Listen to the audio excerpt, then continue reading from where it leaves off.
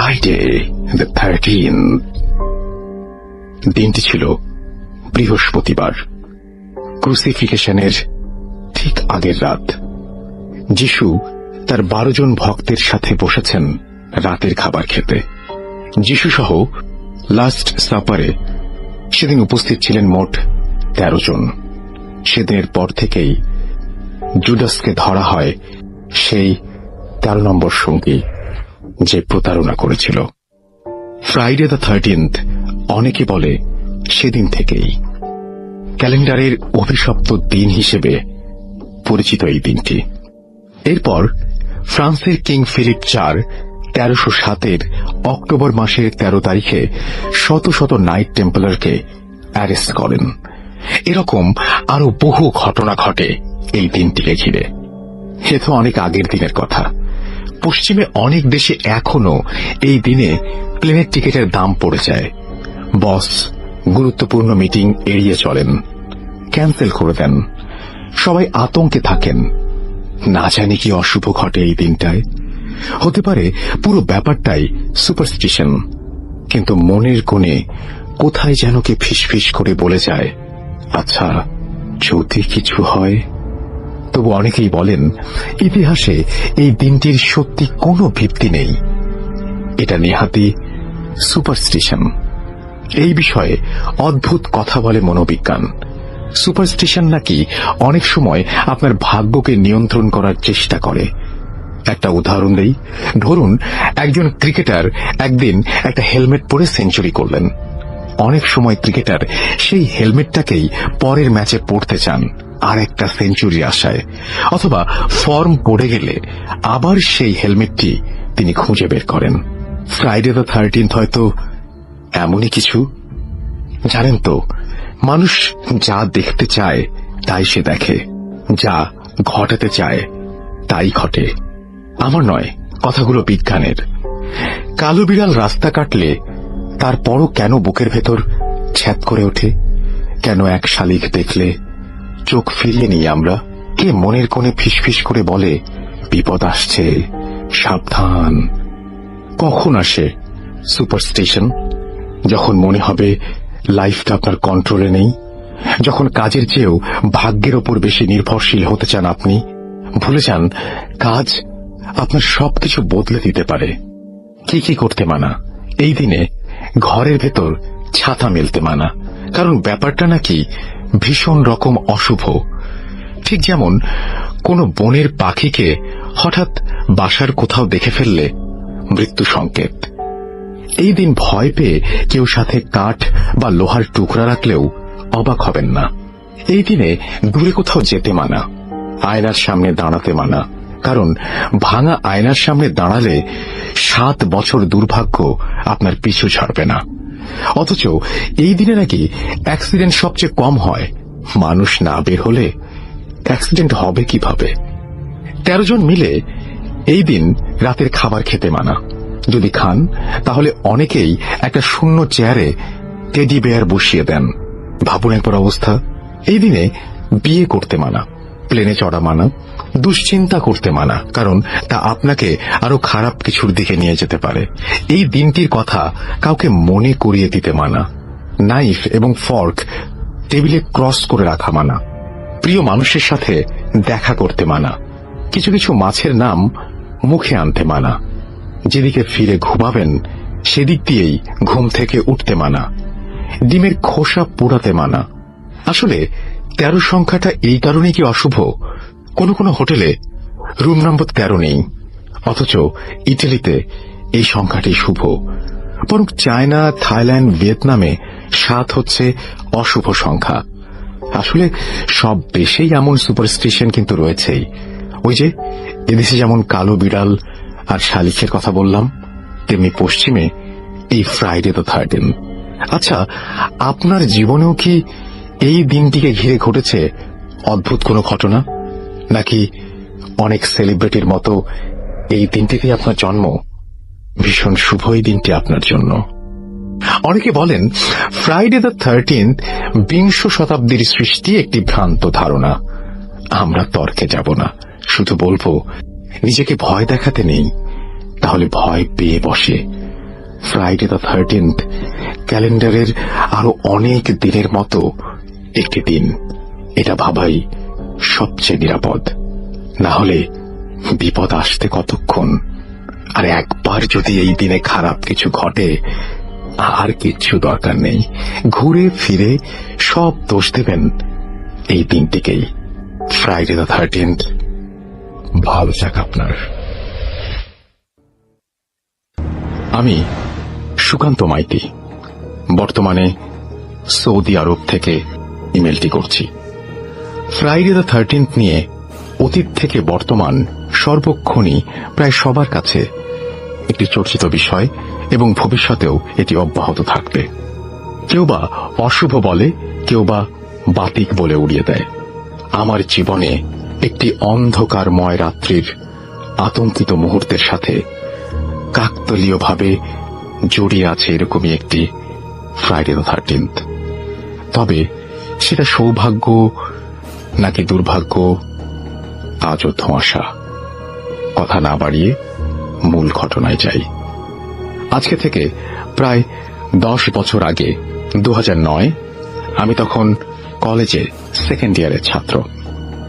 আমরা 5 বন্ধু, রাকেশ, তারেক, রাহুল, শামীম, ছদ্মনাম ও আমি মিলে ঠিক করি ফ্রাইডে দ্য 13th একটা অ্যাডভেঞ্চারাস কিছু করব, একটা ট্যুর করব।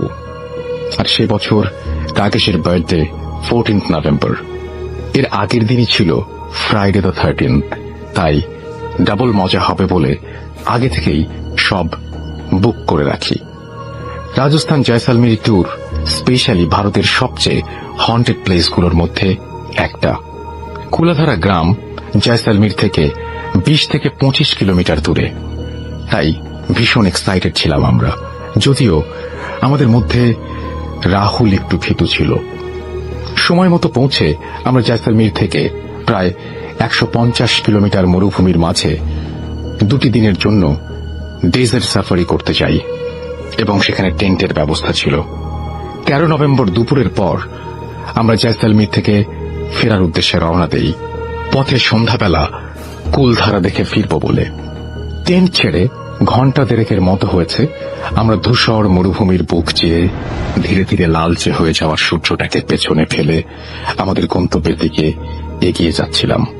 এমন সময় হঠাৎই শুরু হয় বালুর ঝড়। এখানে বিকেলের দিকে এই ধরনের ঝড় মাঝে মধ্যেই হয়, তবে তা বেশিক্ষণ থাকে না। সেদিন ঝড় থামতেই চায় না।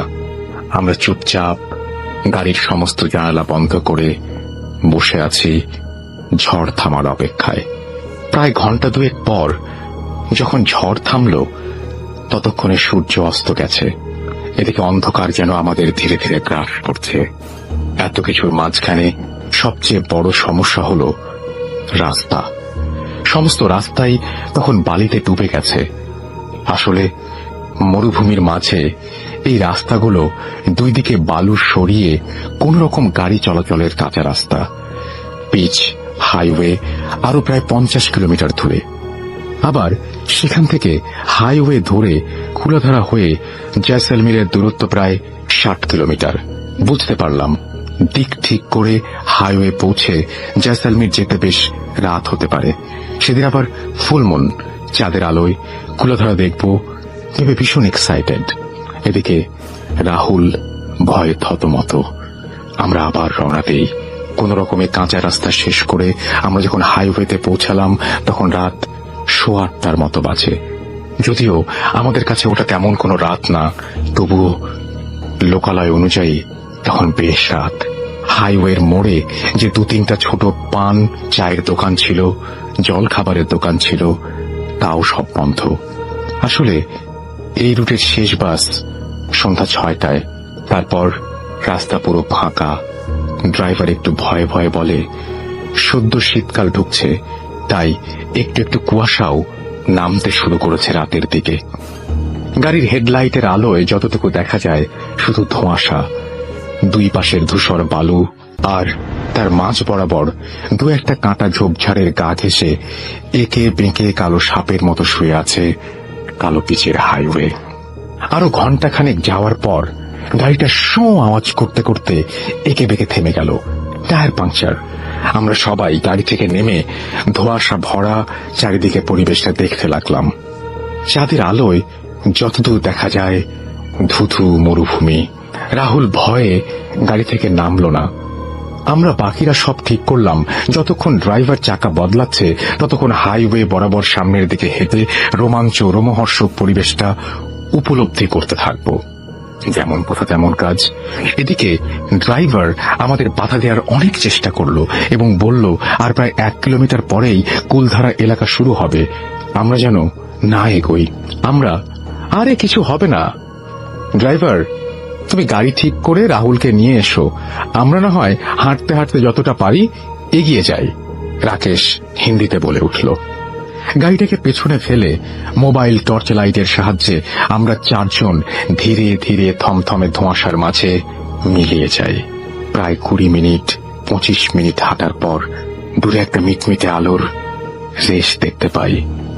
আর কিছুটা কাছে আসতেই দেখতে পাই চারিদিকে থমথমে ফাঁকা এলাকায় রাস্তার পাশে একটা ছোট্ট চায়ের দোকান। দোকানে এসে দেখতে পাই একজন রোগা জীর্ণ বুড়ো অল্প কিছু বিস্কুট আর জিনিসপত্র নিয়ে একটা মিটমিটে ভাঙা ল্যাম্প চালিয়ে দোকান সাজিয়ে বসে আছে।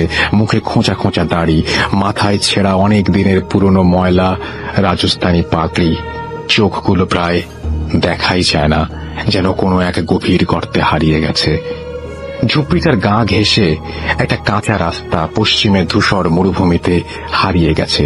চোখ কচলে চাঁদের আলোয় আরো একটু ভালো করে দেখতে গিয়ে যেটুকু বুঝতে পারি পশ্চিমে সেই রাস্তাটি সম্ভবত একটা গ্রামে মিশে গেছে।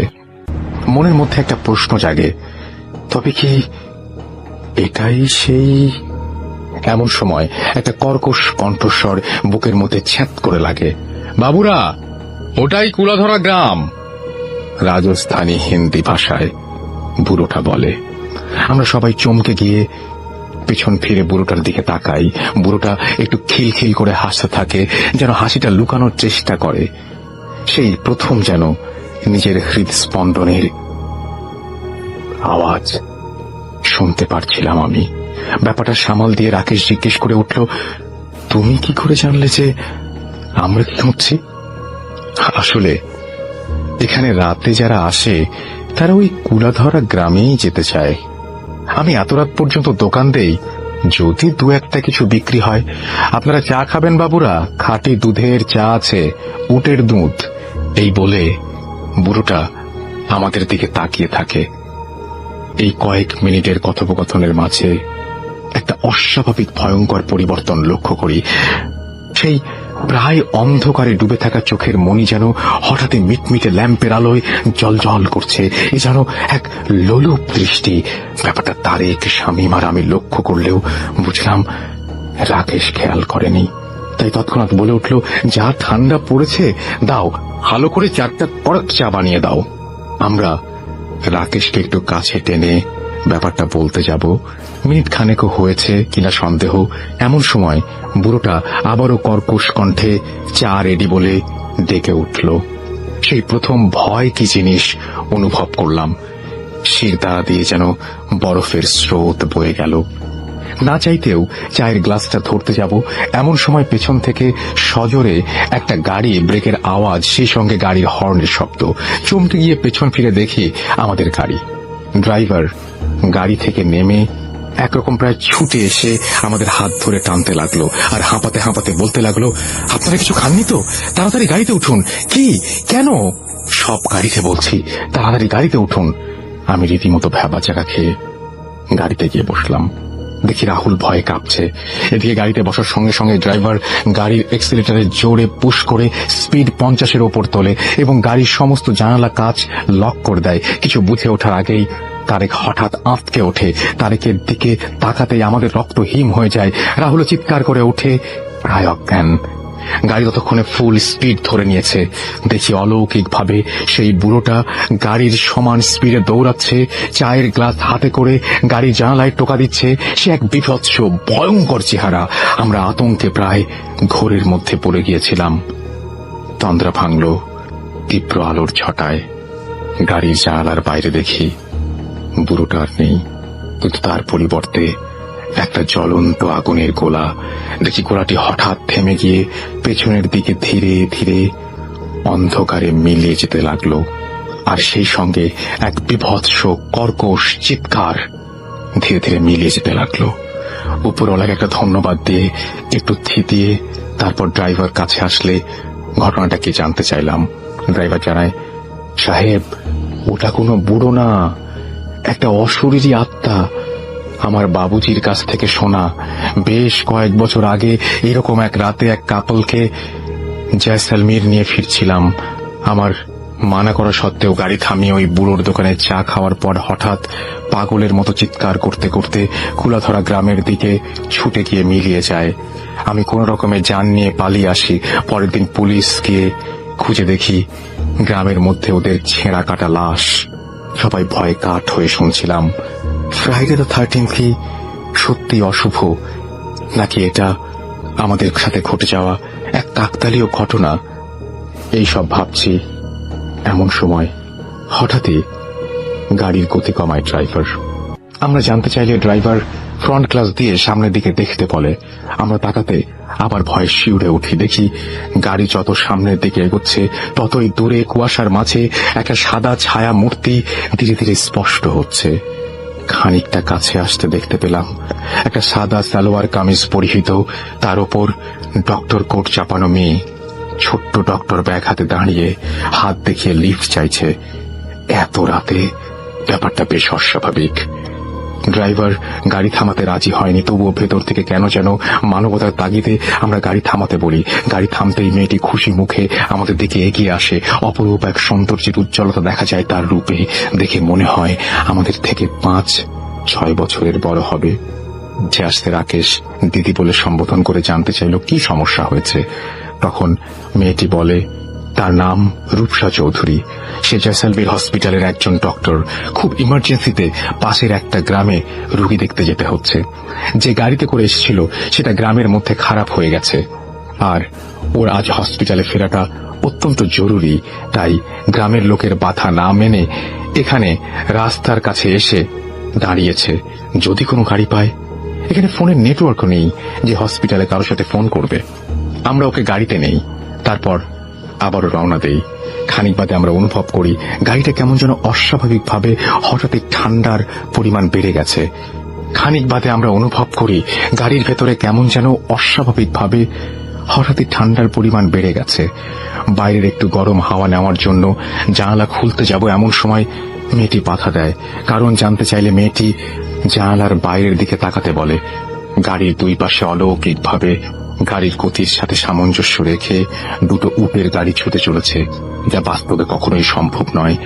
আমরা সেই কনকনে ঠান্ডার মধ্যেও ভয়ে ঘামতে শুরু করি।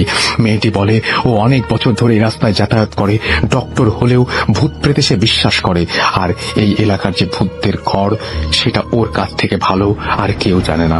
আসলে বাইরে এগুলো উটের গাড়ি না, সব অশরীরী। কথা শেষ না করতে করতেই ড্রাইভার সজোরে ব্রেক মারে। আমরা একরকম হুমড়ি খেয়ে গাড়ির কাঁচে ধাক্কা খাই। কিছু বুঝে ওঠার আগে দেখতে পাই সামনে রাস্তা বন্ধ, প্রকাণ্ড দেয়াল। ড্রাইভারকে কিছু জিজ্ঞেস করতে যাব, তার আগেই মেয়েটি হিন্দিতে বলে উঠল, ড্রাইভার ভাইয়া, তাড়াতাড়ি ইউটার্ন করে ডান দিকের রাস্তাটি ধরুন। কি কেন সব পরে বলছি, তাড়াতাড়ি করুন। গাড়িটি ঘুরিয়ে কয়েক সেকেন্ড যেতে না যেতেই পেছনে মাটি কাঁপানো একটা প্রকাণ্ড আওয়াজ হলো।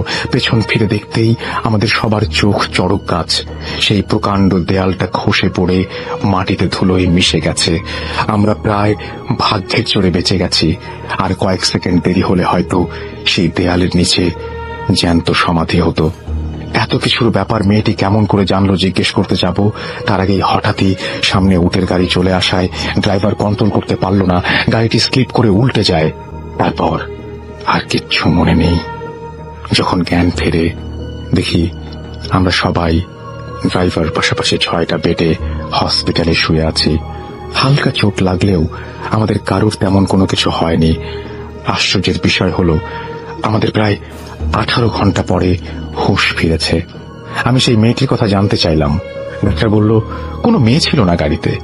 রাত 1টা নাগাদ হসপিটালের ইমার্জেন্সি গেটের সামনে প্রচন্ড হর্নের আওয়াজ শুনে তারা বাইরে বেরিয়ে এসে দেখে গাড়িটি মাঝের সিটে 6 জন অজ্ঞান অবস্থায়, অথচ ড্রাইভিং সিটে কেউ ছিল না।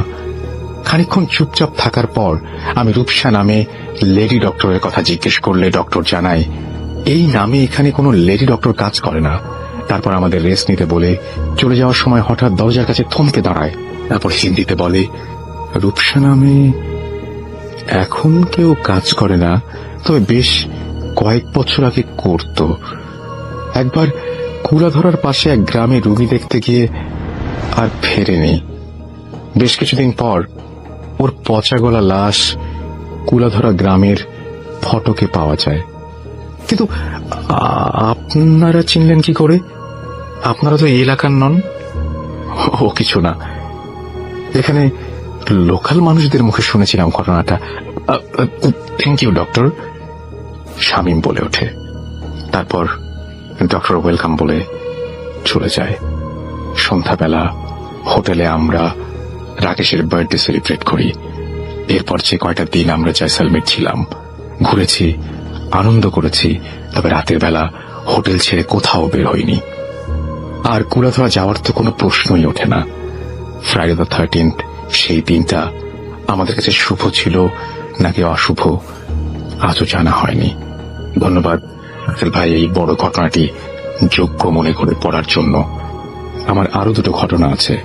ভূত.com ইনশাল্লাহ আরো বড় হোক।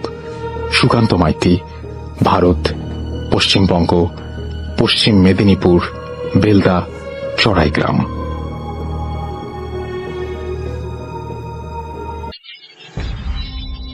আসসালামু আলাইকুম রাসেল ভাই, আশা করি আল্লাহর রহমতে ভালো আছেন। আমার নাম শাহনওয়াজ, কিন্তু নামটা গোপন রাখলে খুশি হব। আমি তো নামটা পড়েই ফেলেছি, কারণ আপনি শুরুতে নামটা দেওয়া উচিত হয়নি। হয়তো আমি স্টুডিওতে এসে হয়তো ঘটনাটা বলতে পারবো না, তাই লিখে পাঠালাম। ভালো লাগলে পড়ে শোনাবেন। আমি আপনার ভূত এফএমের একজন শ্রোতা, যদিও নিয়মিত না, তবে বাবু ভাইয়ের ঘটনাগুলো শোনার চেষ্টা করি। আমার নিজের সাথে ঘটে যাওয়া ঘটনার সময়কাল আমার ঠিক মনে নেই, তবে এটা সেই সময়ের কথা যখন স্বনামধন্য মোবাইল অপারেটরের বন্ধু হবার জন্য কিছু সুযোগ করে দিয়েছিল। বলে রাখা ভালো, আমার বাবা তখন অসুস্থ, বিছানা থেকে উঠতে পারেন না, আর আমার মা মারা গেছেন 2 বছর হয়েছে। আমি তখন অবিবাহিত, তাই বাবাকে দেখা ও পরিচর্যা করার জন্য আমাদের এক গরিব আত্মীয়কে আমার সাথে এনে রাখি। সম্পর্কে আমার খালা, খালু ও খালাতো ভাই। আমি তখন একটি ডেভেলপার কোম্পানিতে লজিস্টিক অফিসার পদে ছিলাম। আমার এক বোন 4 বছর আগে বিয়ে হয়ে গেছে, তখন অস্ট্রেলিয়া থাকে। আমাদের অ্যাপার্টমেন্টটা আজিমপুরে অবস্থিত, তবে জায়গার নামটা উল্লেখ না করে আমি পুরো ঢাকার একটি অ্যাপার্টমেন্টের কথা বলতে পারেন। আমার বিল্ডিংটার সামনে অনেক পুরনো বাসা আছে, যা কোনো কারণবশত এখনো ভাঙা হয়নি। বাড়িটি পাকিস্তান আমলের কোনো এক হিন্দু বণিকের। আমার বেডরুমের সামনে ব্যালকনি দিয়ে সেটা দেখা যায়। এবার মূল ঘটনায়। সময়টি ছিল রাত 2টা। আমার রাত জাগার অভ্যেস ছিল, আর তখন আমার বনশ্রীতে একটি প্রজেক্ট চলছিল, যেখানে আমাকে যেতে হতো দুপুরে লাঞ্চের পর। তাই সকালে ঘুম থেকে ওঠার কোনো তাড়া ছিল না। প্রতিদিনের মতো ভালো একজন বন্ধুর সন্ধানে ফোন করি। গত 2-3 দিন যাবৎ অনেকের সাথে কথা হয়েছে, কিন্তু কাউকে ভালো লাগে না। সবাইকে কেমন যেন স্বার্থপর মনে হয়েছে, তাই সন্ধান চালিয়ে যাচ্ছি। সেদিন ওপাশ থেকে একটা মেয়ে ফোন ধরল, বলল নাম নিশি। আমিও পরিচয় দিলাম, কিন্তু সে আমাকে প্রথম থেকেই তুমি করে বলতে থাকে, যা আমার ভালো লাগেনি। সে আমাকে আরো বলে আমি নাকি আজ ফোন করব, সে জানত। আমি তার এই কথা ফান ভেবে উড়িয়ে দেই, আর মনে মনে ভাবতে থাকি কি যুগ পড়েছে, মেয়েরা অনেক অ্যাডভান্সড। তার হাসিটা ছিল অদ্ভুত, বলে বোঝানো যাবে না। অনেকক্ষণ কথা বলে আমি আমার সম্পর্কে বেশি বলছিলাম, কিন্তু সে তার সম্পর্কে খুব অল্প কথায় উত্তর দিচ্ছিল। এক পর্যায়ে সে আমাকে আমার সম্পর্কে এমন কিছু কথা বলে যা তার কোনোভাবেই জানার কথা নয়। আমি তখন অনেক ভয় পেয়ে যাই, কারণ কথাগুলো একমাত্র আমি ছাড়া আমার কোনো বন্ধু বা আত্মীয় স্বজনেরও জানার কথা না। সে আমাকে আরো বলে যে আমার বাসার সামনে পুরনো বাড়িটার অনেক কথা সে জানে। আমি তখন তাকে বলি, আমার বাসার সামনে কোনো পুরনো বাসা নেই, আমি গুলশানে থাকি। সে আমাকে উত্তর দেয় আমি মিথ্যা বলছি। তারপরও আমি সাহস করে তার কাছ থেকে হাসি মুখে কথা বের করার জন্য চেষ্টা করি সে কোনোভাবে আমাকে চেনে কিনা। এরপর সে বলে আমার সাথে দেখা করতে আসবে। তখন আমার মনে হয় যে সে আমার সাথে ফান করছে। আমার তার সাথে কথা বলতে ভালো লাগছিল না, বিধায় আমি তার কাছ থেকে হাসি মুখে এ কথা বলে বিদায় নেই যে অনেক রাত হয়েছে, আমার অনেক ঘুম পাচ্ছে। সেও ভালোভাবেই হাসি মুখে বিদায় নেয়। পরে আমাদের কথা হবে কিনা এমন কোনো কথা হয়নি। সেদিন রাতে অনেক চিন্তা ভাবনা করে কোনো কুল কিনারা করতে না পেরে ঘুমিয়ে পড়ি। পরদিন সারাদিন এটা নিয়ে চিন্তা করি। রাতে বাসায় ফিরে যথারীতি খাওয়া দাওয়া করে ঘরে এসে ফোন নিয়ে বসি নতুন বন্ধুর খোঁজে। কথা হয় দুই একজনের সাথে। অল্প কিছুক্ষণ পর ওয়াশরুম থেকে এসে লাইট অফ করে শুয়ে পড়ি। হঠাৎ কিছুক্ষণ পর আমার ব্যালকনি থেকে শব্দ শুনতে পাই। মোবাইলটা হাতে নিয়ে দেখি রাত 3:15। আমি খুব ভয় পেয়ে যাই। আয়াতুল কুরসি পড়তে পড়তে বিছানা থেকে উঠি, বেডের পাশে লাইটের সুইচটা টিপি। তখনও শব্দটা হচ্ছে।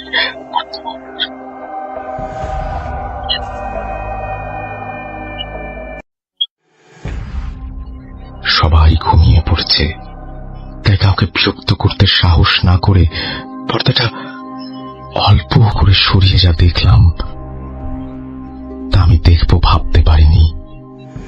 আমি দেখলাম আলো আধারিতে সাদা পোশাকের একটি মেয়ে, চুলগুলো দুই পাশে সরানো, চোখগুলো সাদা, জলজল করছে।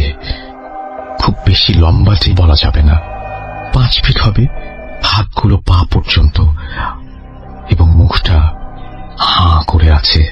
আমি সাথে সাথে পর্দা সরিয়ে দৌড়ে বাবাকে জড়িয়ে ধরি। এর কিছুক্ষণ পর কোরআন শরীফ বুকে নিয়ে ঘটনাটা সবাইকে জানাই। বাকিটা লিখতে পারছি না, এখনো মনে পড়লে গা শিউরে ওঠে। পরবর্তীতে আমার বাসায় আরো কিছু অদ্ভুত ঘটনা ঘটেছে, তাই এসে শোনাবো। ধন্যবাদ রাসেল ভাই। আমি মোহাম্মদ শাহিদ হোসেন হৃদয়, আমি ধানমন্ডি থেকে এসেছি। হৃদয়ে আপনার ঘটনায় চলে যাই আমরা সরাসরি।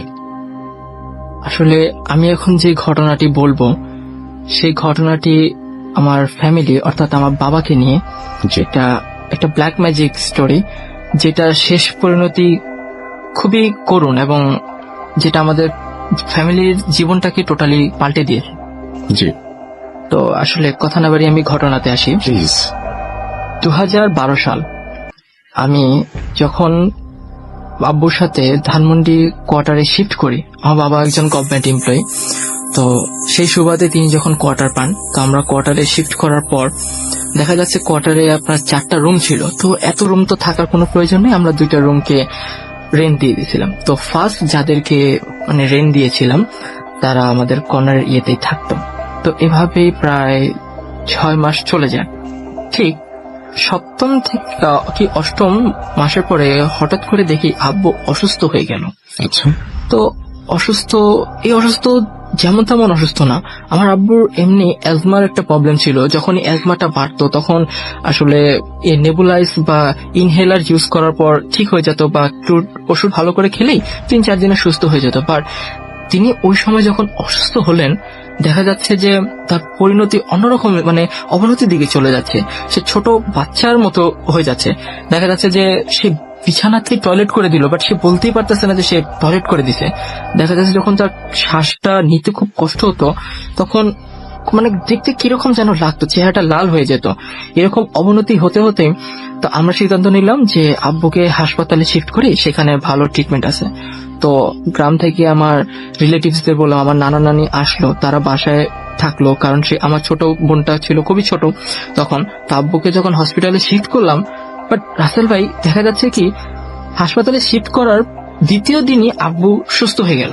আচ্ছা, তো জিনিসটা না বুঝতে পারলাম না যে কি ব্যাপার, বাসায় এতটা শরীর খারাপ, এখানে আনার সাথে সাথে সুস্থ, ব্যাপারটা কি? তো দেখা যায় এরকম সুস্থ হওয়ার পর প্রায় হাসপাতালে ভর্তি 2 দিন পরে আব্বুকে বললো যে আপনি রিলিজ নিতে পারেন এখন। তো যে ভাবা সেই কাজ, আব্বু রিলিজ নিয়ে চলে আসলো। তো আব্বু আসার পর আসার আগে হসপিটালে আমি আর আম্মু যখন ছিলাম সন্ধ্যার টাইমে, তখন আব্বু আমাকে বলল যে মনে হচ্ছে বাসায় কোনো সমস্যা আছে। তখন আম্মু বলল কি সমস্যা? তখন বললো যে আমি বাসায় যতক্ষণ ছিলাম খুব অসুস্থ ছিলাম, না কেমন যেন লাগতো, বাহিরে আসার পরে আমার না খুব ভালো লাগতেছে এবং আমি খুব তাড়াতাড়ি সুস্থ হয়ে গেলাম এবং আমার শরীরটাও কিন্তু খুব ভালো। তো আব্বু আবার ছোটবেলা থেকেই ওই নামাজ কালাম সবসময় পড়তো এবং বিভিন্ন দোয়াদের জানতো কি করলে কি হয়। তো আব্বু বলতো কি যে আমি একটা পানি পড়া দিয়ে দিতেছি, তুই এটা বাসার মধ্যে একটু ছিটিয়ে দিস। তো রিলিজ হওয়ার আগের দিন আমি বাসায় ছিটিয়ে দিলাম, আব্বুও বাসায় ঢুকলো। তো নানি যখন এসেছিল, এটা আমি হয়তো বলতে ভুলে গেছি, আমার বড় খালার হাজবেন্ড আমার খালু একটা ছোট তাবিজ দিয়ে দিয়েছিল যে এটা তার গাটাকে একটু বন্ধ রাখবে ভালোর জন্য। তো আব্বু হসপিটাল থেকে বের হয়ে বাসায় ঢোকার আগেই তার একটা কায়তন ছিল, সেই কায়তনটার মধ্যেই তাবিজটাকে ঢুকিয়ে ফিট করে তারপর রুমের মধ্যে ঢুকে। তো দেখা যাচ্ছে যে তখন আব্বু সুস্থ। তার পরের দিনই আব্বু তার অফিস চলে গেল। ঠিক তার 3 মাস পরে আব্বু আবার অসুস্থ হলো। আচ্ছা, তখনও বুঝতে পারলাম না, ঠিক একই রকম অসুস্থ, শরীর আরো খারাপ, বোঝার কোনো কায়দায় পাচ্ছিলাম যে কি হচ্ছে। আবার হসপিটালে ভর্তি করলাম। তো তখন আমি আমার খালাকে ফোন দিলাম যে খালা, আব্বুর শরীর তো খুব খারাপ হয়ে যাচ্ছে, কি করা যায়? তো খালা বললো যে ঠিক আছে, তুমি চিন্তা করো না, আমি একটু দেখতেছি। তো আমাদের গ্রামে খালার বাসার ওখানে একটা মহিলা থাকতো, মহিলাটা ছিল হিন্দু, বাট সে কোনো এরকম যদি ভূত বা এরকম কোনো সমস্যা হলে তিনি বলে দিতে পারতেন।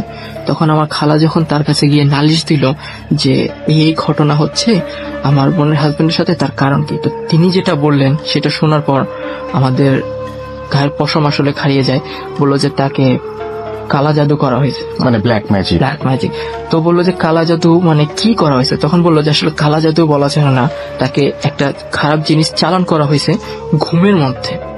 ঘুমের মধ্যে কিছু খাইয়ে তার এটা চালান করা হচ্ছে। তো তার গায়ে মেবি একটা তাবিজ ছিল, সেই তাবিজটা কোনো না কোনো কারণে ছুটে গেছে এবং ছুটে যাওয়ার কারণেই সেই জিনিসটা আবার আসছে। আচ্ছা, তো তখন আব্বুকে আমি হসপিটালে গিয়ে জিজ্ঞেস করলাম যে আব্বু, তোমার গায়ে যে তাবিজটা ছিল, তুমি কি এই তাবিজটা পরে কোথাও গিয়েছিলে? আব্বু বললো যে আমি তো কোথাও এমনি যাই নাই, তবে হ্যাঁ আমার স্যার একটা কবরস্থানে গিয়েছিল, স্যারের সাথে গিয়েছিলাম 2 মিনিটের জন্য, একটা ব্যাগ তাকে দিয়ে আমি চলে আসি। ওই কবরস্থানে যাওয়ার পরে তার তাবিজটা ছুটে যায়। তো ওই মহিলা বললো এটা আসলে এভাবে করা যাবে না, তার আব্বুকে ওখানে নিয়ে যেতে হবে।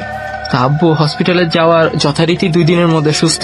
তো আব্বু সেই দিন হসপিটাল থেকে রিলিজ নিয়ে বাসায় না ঢুকে ওইখান থেকেই আম্মুকে নিয়ে গ্রামে চলে যায় এবং গ্রামে চলে যাওয়ার পরে ওই মহিলার সাথে যখন কথা বলে, তখন মহিলা বলেছিল যে আসলে আপনাকে যে এই কাজটা করেছে সেটা আপনার আশেপাশের লোক করেছে, একদম কাছের মানুষ।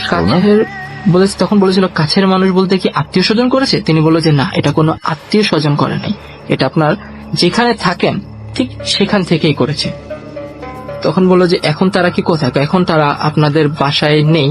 ঠিক উনি যে লোকেশনটা দিয়েছিল আপনার বাসার অপোজিটেই একটা গলির ডান দিকে তার বাসা, উনি ওইখানে বসে মানে পরিষ্কার ভাবে বলে দিয়েছেন। তখন আব্বু বলল যে ওইখানে কার বাসা হতে পারে? তখন আব্বু সেখানে আর কিছু বলেনি। ঠিক ওখান থেকে আসার পরে খালার বাসা যখন গিয়েছিল, আব্বু আধা ঘন্টা ওখানে আমার বিছানাতে শুয়েছিল খালাদের রুমে। তখন আব্বু খালা এবং আম্মুকে ডাকতে যেখানে আসো। তখন বলে কি হয়েছে? উনি যার কথা বলছে আমি সেটা বুঝতে পেরেছি, তিনি কার কথা বলেছেন।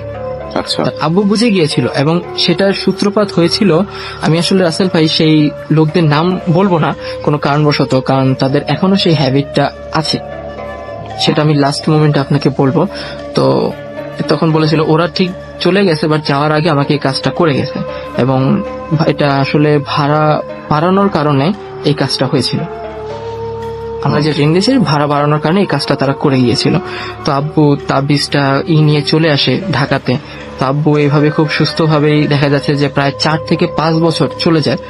এরপর মধ্যে আর কখনো এরকম অসুস্থ হয়নি। যখনই অ্যাজমা বালতো, ঠান্ডা লাগতো, আমরা ওষুধ দিতাম, ঠিক হয়ে যেত। বাট রাসেল ভাই 2018 সালে যেটা হয়, প্রথম কোরবানি ঈদের 3 মাস আগে, 3 থেকে 4 মাস আগে আব্বু এরকম অসুস্থ হয়ে যায়। তো হাসপাতালে ভর্তির পর ঠিক হয়। ঠিক যখন আব্বু রোজার ঈদের রোজার মধ্যে আব্বু যখন অসুস্থ হয়, তখন আমরা আব্বুকে নিয়ে, আমি নিজে নিয়ে গিয়েছিলাম ওই মহিলার কাছে। বললো যে আপনার তাবিজটা ছুটে গেছে, আমি এটা দিয়ে দিচ্ছি, কিন্তু এটাই আপনার জন্য একটা ওয়ার্নিং, কারণ এত বারবার যখন আপনার তাবিজটা ছুটে যাচ্ছে, এটা ও আরো বেশি ক্ষিপ্ত হয়ে যাচ্ছে।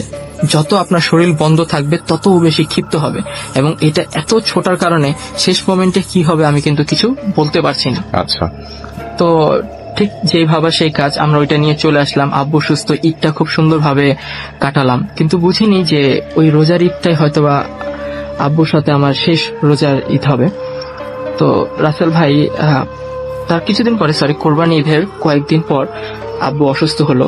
আব্বু এর আগে একটা জানাজায় গিয়েছিল। জানাজায় যাওয়ার পর আব্বু সেই কবরস্থানে তাকে মাটি দিতে গিয়েছিল একজনকে, রিলেটিভস। তো আব্বু যখন আসলো, তার 3 থেকে 4 দিন পরে হঠাৎ করে একটু অসুস্থ হয়ে গেল। অসুস্থ হতে হতে এমন পর্যায়ে অসুস্থ হলো যে আমরা বুঝতে পারলাম না কি করব। তো আম্মু বলল যে তুমি তো অসুস্থ, তুমি কি অফিসে যাবা? বলে যে না, কোনো সমস্যা নেই, ঠিক হয়ে যাব। আব্বু ওষুধ টষুধ নিল, দেখা যাচ্ছে ওই দিনের মতো সুস্থ। সেদিন আব্বু রাত 2টোর সময় তার অফিসারকে এয়ারপোর্টে পৌঁছে দিতে যাবে। তো 1টার দিকে যথারীতি রাসেল ভাই যখন লাইট জ্বালানো হয়, আমার আম্মু বা আমি ঘুম থেকে উঠে যাই। বাট ওই দিন কি হলো, কেউ না ঘুম থেকে ওঠার মতো পাচ্ছিলাম না। আব্বু আমাকে রাত 1টা কি 12:30টার দিকে ডাক দিয়ে বলে যে গেটটা একটু খোল, আমি যাব। তো গেটটা খুলে দিলাম। খুলে দেওয়ার পরে আব্বু যথারীতি চলে গেল। ঠিক 2:30টার সময় আম্মু আমাকে ডাক দিয়ে ওঠালো, কি ব্যাপার, তোর আব্বু কোথায়? বলো আব্বু তো মনে হয় চলে গেছে। আমি তো কোনো আলাপ পেলাম না। তখন বললাম যে কে জানে, ঘুমের মধ্যে ছিলাম, হয়তো বা চলে গেছে। সারাদিন চলে গেল। আব্বু রাত 10টার সময় বাসায় আসলো পরের দিন। আসার পরে ভালো খেয়ে দিয়ে ঘুমালো। রাত 12টার সময় হঠাৎ করে আব্বু চিৎকার দিয়ে উঠলো, খুব জোরে, ঘুমের মধ্যে চিৎকার দিয়ে উঠলো। আমরা ভয় পেয়ে আব্বুর সামনে গেলাম, দেখি কি আব্বু চিৎকার দিচ্ছে আর বলতেছে যে না, ছাড়ো ছাড়ো ছাড়ো, এরকম করে কথা বলতেছে। আম্মু তাকে তাড়াতাড়ি করে ধাক্কা দিল যে কি হয়েছে কি হয়েছে। তখন আব্বু বললো যে একটা খুব খারাপ স্বপ্ন দেখলাম। বলে কি স্বপ্ন দেখছো? না, এটা বলা যাবে না আমি কি স্বপ্ন দেখছি। তো ঠিক তখন থেকেই আব্বুর শরীর দেখি কি কাঁপতেছে আর বলতেছে আমাকে খেতে দাও, আমি ঠান্ডায় থাকতে পারতেছি না, খেতে দাও। দেখলাম আব্বুর শরীর গরম, শরীরে জ্বরও নেই, কিন্তু আব্বু কাঁপতেছে থরথর করে। তখন আমরা যেখানে খেতা টেতা ছিল, ল্যাব ছিল, বের করে আব্বুর গায়ে দিলাম।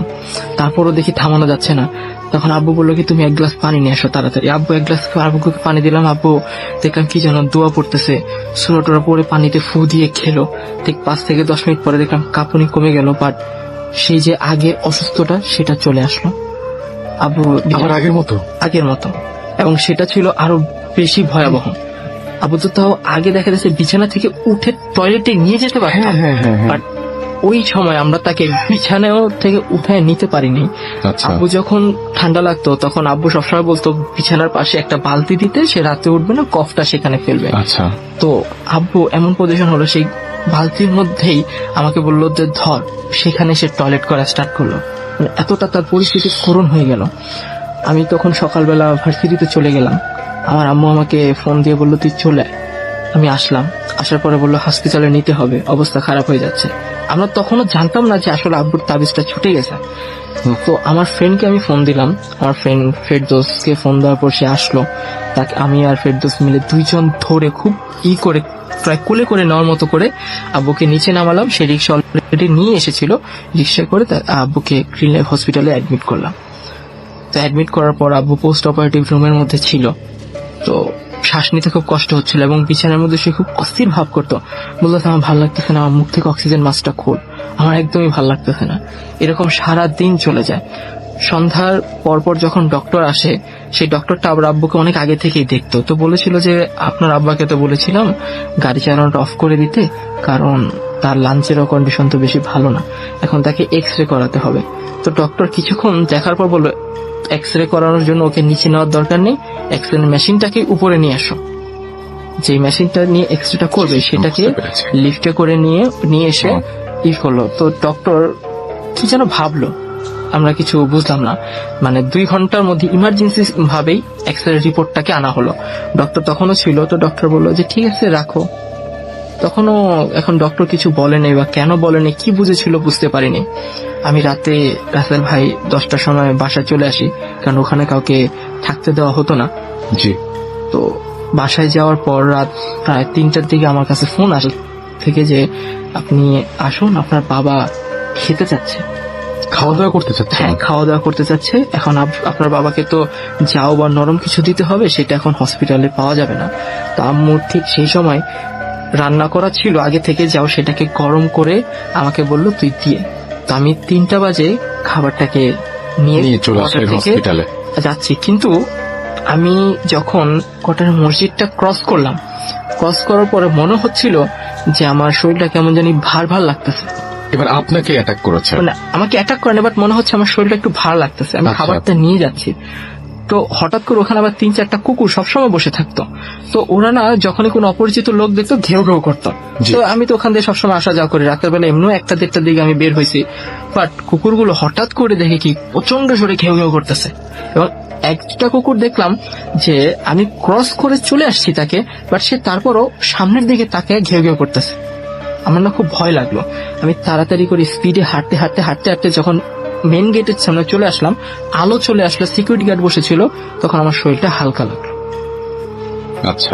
আমি তখন হসপিটালটা গেলাম, যাওয়ার পর আব্বুকে নিজের হাতে খাইয়ে দিলাম 5 থেকে 6 চামচ। আব্বুর পাটা টিপে বললাম যে আব্বু আমি এখন আসি। তখনও আব্বু আমার সুস্থ, একটু মনে হচ্ছিল একটু শরীরটা ভালো লাগতেছে। আব্বু বললো যাও। প্রায় 6টার সময় আম্মু আমাকে তুলে বললে যে তোর আব্বাকে দিয়ে তুই এখানে থাক, আমি 9টার সময় চলে যাব, তুই তো ভার্সিটিতে চলে যাস। আমি বললাম ঠিক আছে। আমি যখন হসপিটালের নিচে আমাকে ফোন দেয়, বলে যে আপনি একটু তাড়াতাড়ি আসেন। আমি যখন যাই দেখি হসপিটালের মধ্যে ডক্টর আব্বুর বেডের সামনে কি যেন করতেছে, তারটার সরাচ্ছে অক্সিজেনের মাস্কটাকে সাথে। তখন ডক্টর বললো আপনি একটু দাঁড়ান। আমি যখন ডক্টর এসে বললো যে আসলে কি বলবো, সকালবেলা আপনার আব্বুর শ্বাস নিতে খুব সমস্যা হয়ে গেছিল। তখন বললাম তারপর অনেক চেষ্টা করছি, বাট আপনার আব্বুকে আসলে বাঁচানো যায়। তখন মনে হলো যে আমার মাথার উপরে আসলে রাসেল ভাই আকাশ ভেঙে পড়ার মতো খবর। হ্যাঁ, এবং আপনাকে দেখে সেটা বোঝা যাচ্ছে। তো খুব তখন সিচুয়েশনটা কি বলবো, কিছু বলার ছিল না। কিন্তু আমি বুঝতে পারলাম না, রাত 3টার দিকে আমার আব্বুকে আমি সুস্থ রেখে আসলাম, সেই মানুষটা ঠিক ভোর 5টায় কিভাবে শ্বাস মানে আটকে যায়, অনেকটা পসিবিলিটি ছিল না। কারণ সুস্থ ছিল, তখন ভালোর দিকে যাচ্ছিলেন না? ভালোর দিকে যাচ্ছিলেন। তো এটার জন্য আমি আমার খালাকে ফোন দিলাম তার 4 থেকে 5 দিন পর, যে খালা একটু আপনি ওখানে যান। তো খালা যাওয়ার পর ওই মহিলাকে জিজ্ঞেস করলো যে আসলে কি হয়েছিল, উনি হঠাৎ করে এরকম হয়ে গেল। আমি তো আগেই বলেছিলাম যে তাবিজ এত বারবার যখন ছুটে গেছে সে আরো ক্ষিপ্ত হয়ে যাচ্ছে। সে যখন ওই হাসপাতাল তো এমনি আপনার দেখা যাচ্ছে কত লাশ নিয়ে যায়, হ্যাঁ, এতটা পবিত্র জায়গা না, সে ওই জায়গাটাকেই তার উপযুক্ত স্থান হিসেবে বিবেচনা করেছে। আচ্ছা, উনি বলছেন হসপিটাল পবিত্র জায়গা না, সেটাতে আরো বেশি সুবিধা হয়ে গেছে তার কাছে।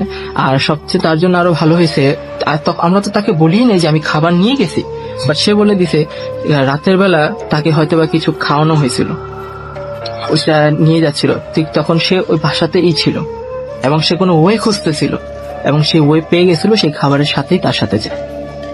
এখন যাওয়ার পরবর্তীতে আজানের আঘাত দিয়েই মানে ওইটা ওখানেই ছিল এবং সেটা তারই কারসাজি। কিভাবে মানে সে আব্বুকে এই করেছে, কষ্ট দিয়েছে, সেটা হয়তো বা নাই বলি, বাট ওইটা তার নিয়ে সে মুক্ত করে চলে গেছে। বাট এটা রাসেল ভাই হয়তো একটু বলবো, আব্বু যাওয়ার পরও বাসার মধ্যে কিছু কিছু সিমটমস আমি এখনো লক্ষ্য করি। ইভেন কি আব্বু বেঁচে থাকা অবস্থায় যখন আব্বু অসুস্থ হতো তখন আমি জিনিসটা ফলো করতাম।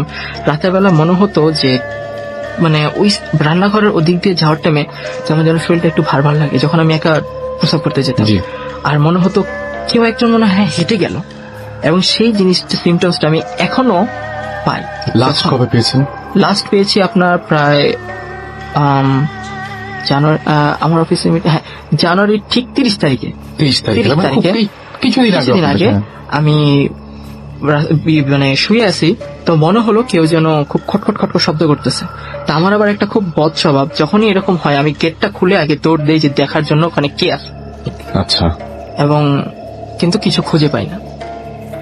তো রাসেল ভাই, এই ছিল আসলে আমার ঘটনা। এটা আপনার আসলে ঘটনা মানে কি আপনার জীবনের একটা অংশ, এবং আপনি যখন ঘটনাটা বলছিলেন তখন আমি দেখছিলাম যে আপনার মাঝে মাঝে অনেক গুজবাম্প হচ্ছিল, রাইট? কারণ আপনি আগের ঘটনা যেটা আপনি নিজে প্রত্যক্ষ করেছেন সেটাও যতটা বেশি আপনাকে আক্রান্ত করেনি, এটা তত বেশি, তার চাইতে বেশি আক্রান্ত করেছে। এটা আপনার নিজের বাবার অবস্থাটা আপনি নিজের চোখের সামনে দেখেছেন, এবং আপনি মাথা নিচু করে পুরো গল্পটা, ঘটনাটা শেয়ার করলেন আমাদের সাথে। আমার খুব খারাপ লাগছিল আপনার জন্য। আল্লাহ আত্মাকে শান্তি দিক, এবং উনি ভালো থাকুন, যেখানে আছেন না কেন উনি ভালো থাকুন, সেই প্রার্থনা আমাদের থাকবে, এবং আমাদের যারা শুনছেন তারাও সেই প্রার্থনা করবেন আমি বিশ্বাস করি। এবং সেই একই সাথে এই যে যারা ব্ল্যাক ম্যাজিক করে, আপনার তো জীবন দিয়ে, আপনার বাবার জীবন দিয়ে আপনি সেটা উপলব্ধি করতে পারলেন, এই সম্পর্কে কিছু বলবেন? মানে যারা ব্ল্যাক ম্যাজিক করে বা যারা এটা নিয়ে আগ্রহ আছে বা অনেক সময় টেস্ট করে দেখতে চায়, এই সম্পর্কে আপনার কিছু বলার আছে?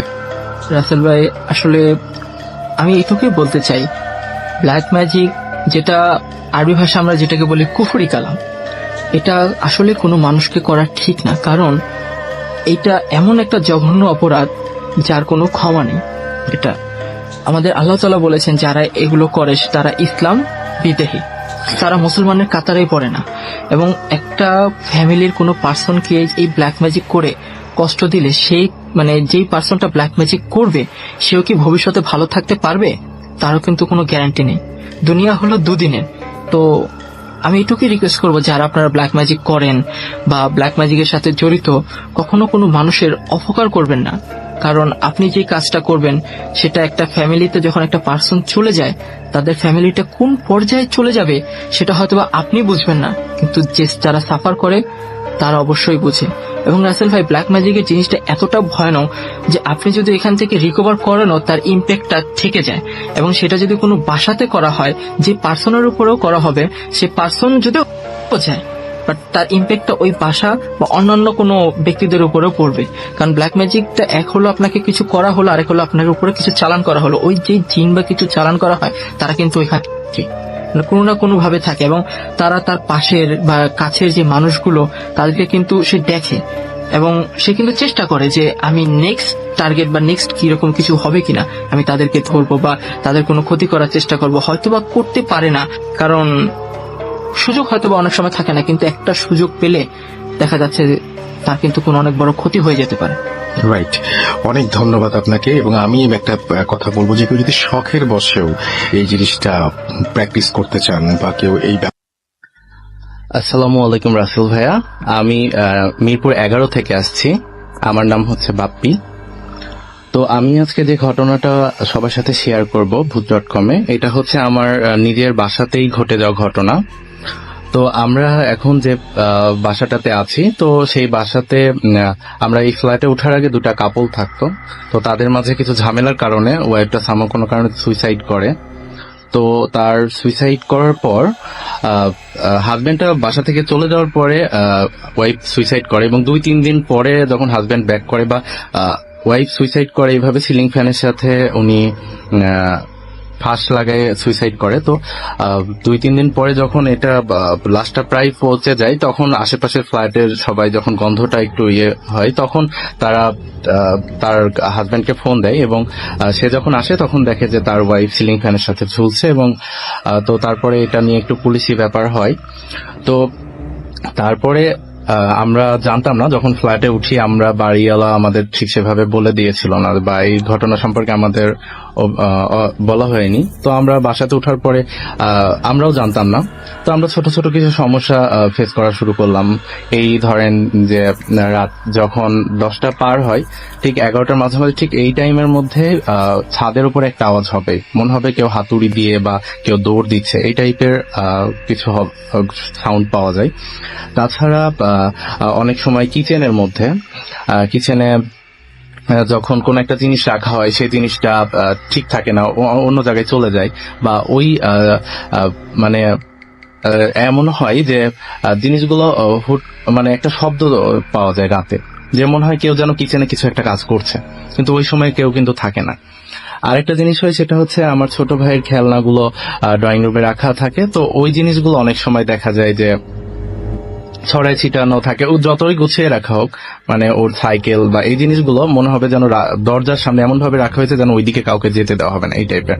তো আমরা যখন এরকম সমস্যা দেখলাম, তো আশেপাশে আমরা উঠার পরে আশেপাশে যারা ছিল, মানে যারা অনেক আগে থেকে থাকছে, তারা আমাদের জানায়। তো আমরা এটা বাড়িওয়ালাকে বলার পরে ওনারা বলছে আমরা তো মিলাদ করাই দিছি, সব হয়েছে, তারপরেও এখনো এরকম ছোট ছোট সমস্যা আমাদের বাসাতে এখনো আমরা ফিল করে যাচ্ছি। তো এই ছিল ঘটনা। ধন্যবাদ রাসেল ভাই আপনাকে আমাকে সুযোগ দেওয়ার জন্য। হৃদয়, আমি আপনার ঘটনায় যাই। এখন আমি যে ঘটনাটি বলবো সেটা আমার গ্রামে আমার ছোট মামানির সাথে হয়ে যাওয়া একটি ঘটনা। তো ঘটনাটি ঘটেছিল প্রায় 2005 কি 2006 এই সময়ের মধ্যে। তো আমি তখন ঢাকাতেই ছিলাম। সেই ঘটনাটি যখন হয়েছিল তখন শুনেছিলাম আমার মামা থেকে।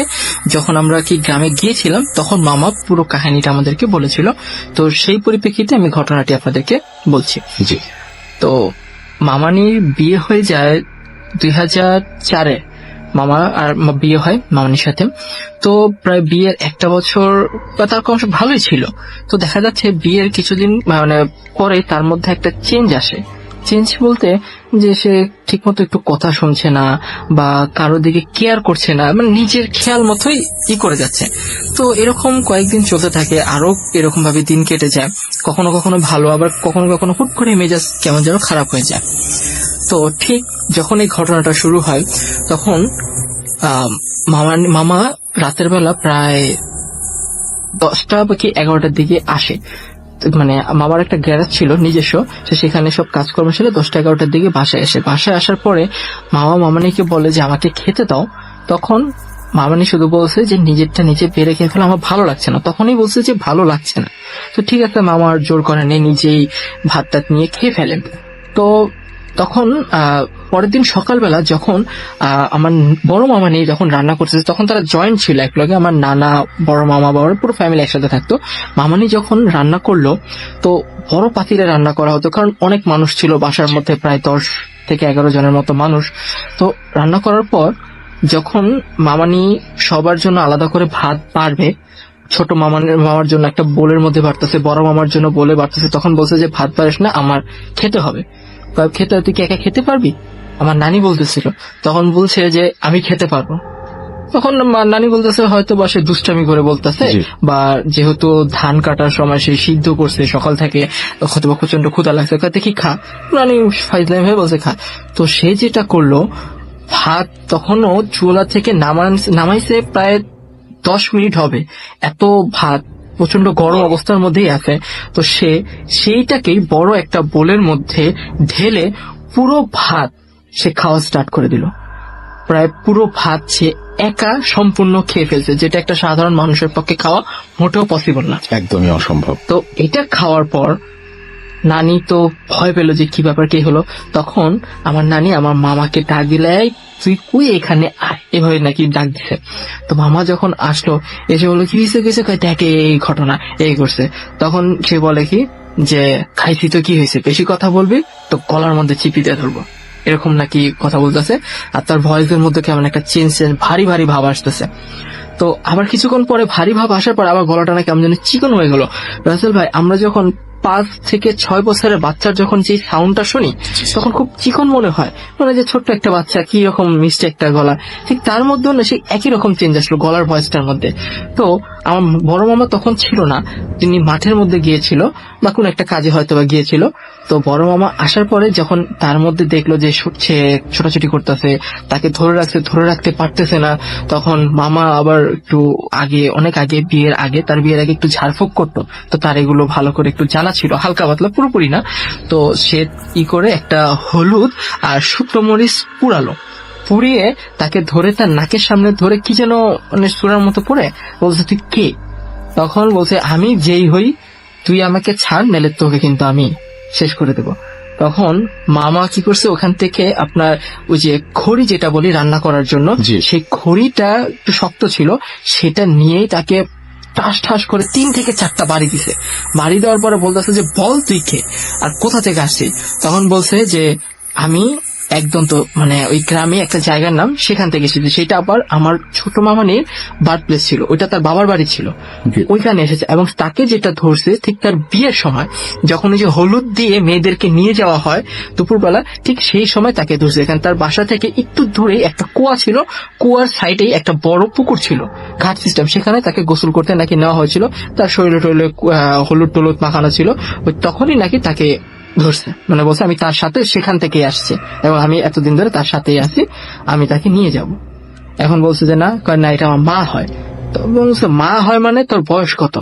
বলছে আমার বয়স মাত্র 3 বছর। সে মামা নিয়ে নিজের ভয়েস থেকে এই কথাগুলো বলতেছে, আমার বয়স 3 বছর। তো মামা দেখলো যে না, এটাকে তার পক্ষে ই করা সম্ভব না। আর মামা যেহেতু এগুলো অনেক আগেই ছেড়ে দিছে, তো এগুলো করলে মামারও একটা ক্ষতি হতে পারে। তখন আশেপাশে যখন পুরো গ্রামের মধ্যে মানে ছড়িয়ে গেল কথাটা, তখন একজন পাশের থেকেই আমার সম্পর্কে নানাই হয়, তো সে এসে বললো যে এরকম পাবনায় সাথিয়াতে একটা হুজুর আছে, সে নাকি খুব ভালো, সাথিয়ার হুজুর, তার কাছে নিয়ে যান। তো সেই দিনই দুপুর 1টা কি 2টায় মামারা গাড়ি ভাড়া করে আমার মামানিকে সেখানে নিয়ে গেছে। কিন্তু দুঃখবশত সেখানে ওই হুজুরটা ছিল না সেই দিন। তো যখন ছিল না, রাতে আবার তাকে নিয়ে আসা হয়েছে। এখন যখনই পরের দিন বললো যে আমরা তাকে নিয়ে যাব, বাট নিয়ে যাওয়ার মতো কোনো স্কোপ পাচ্ছে না, কারণ সে এইরকম করতেছে, তার শক্তির সাথে কেউ পেরে উঠতেছে না।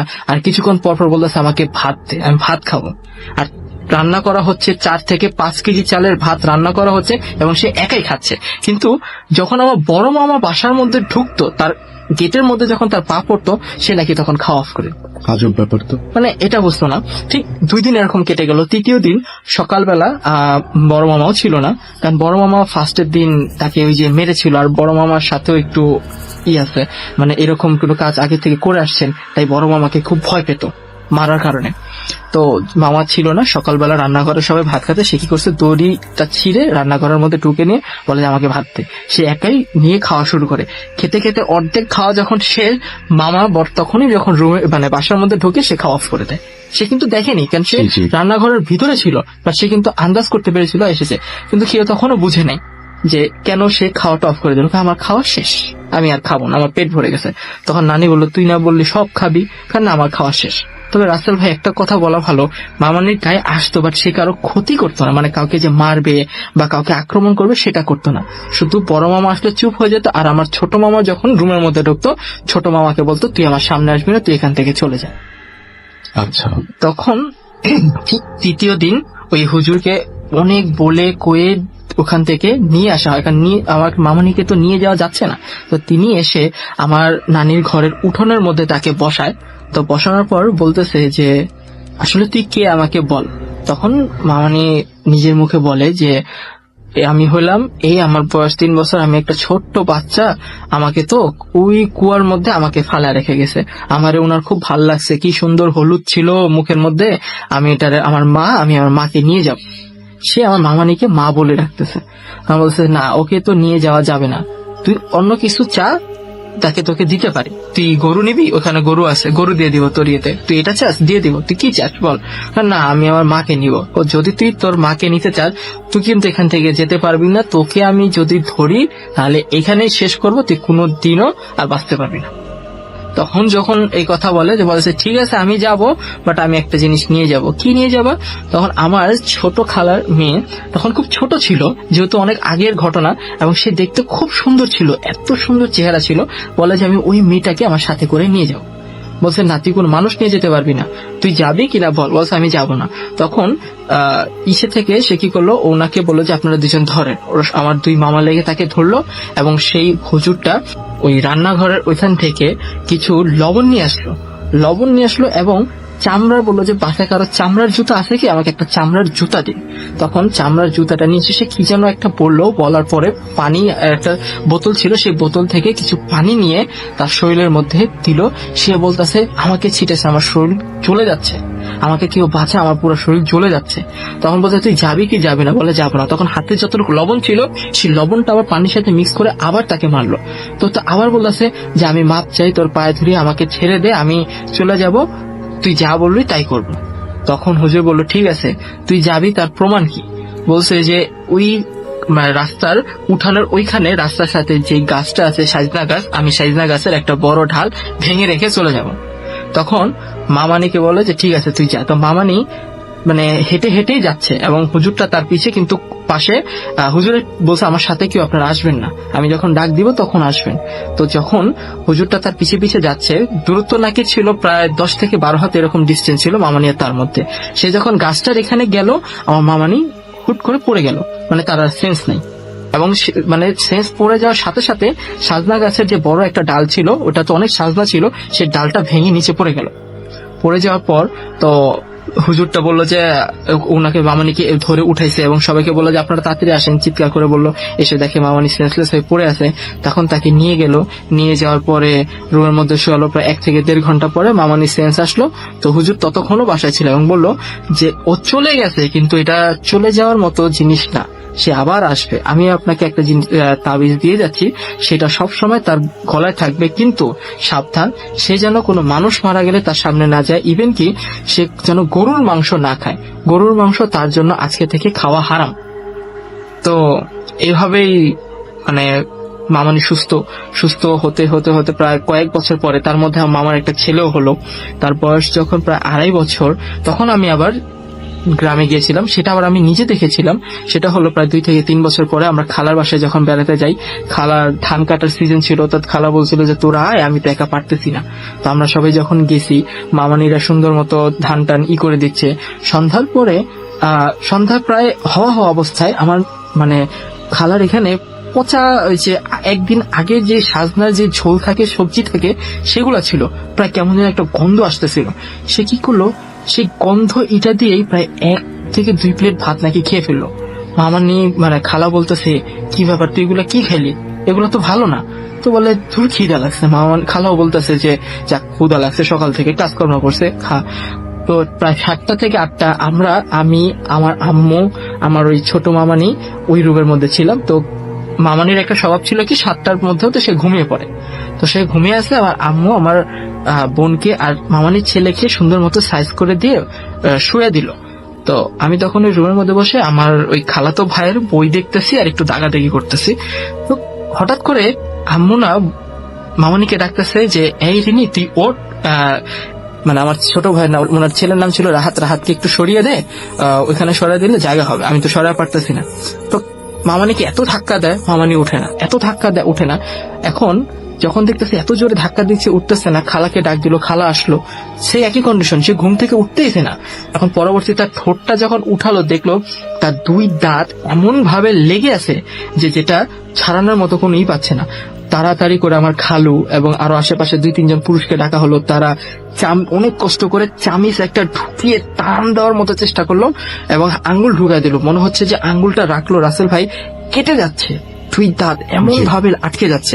তো পরবর্তীতে 2-3টা চামচের যে পিছনের সাইডটা থাকে সেটা ধরে রাখছে এবং এভাবে ধরে রাখছে যাতে দাঁতটা আটকে না যায়। তো আমার আম্মুকে বললো কি যে তুমি এটা ধরো, আমি একটু আসতেছি, খালু বললো। তা আমি মামানিটা ঠিক এইভাবে বিছানা এখানে ছিল, তারা শুয়ে আছে, আমি তার উল্টা পাশে এভাবে উপুত হয়ে যখন ছিলাম, তো হঠাৎ করে রাসেল ভাই বিলিভ করবেন না, যদি কোনো এইরকম সিচুয়েশনের মানুষ যদি ফাট করে আপনার দিকে চোখটা খুলে তখন কতটুকু ভয় লাগে। আমি এইভাবে তার মুখের দিকে উল্টো হয়ে তাকায় আছি, আর তিনি কি করলো, হুট করে এভাবে চোখটা খুললো।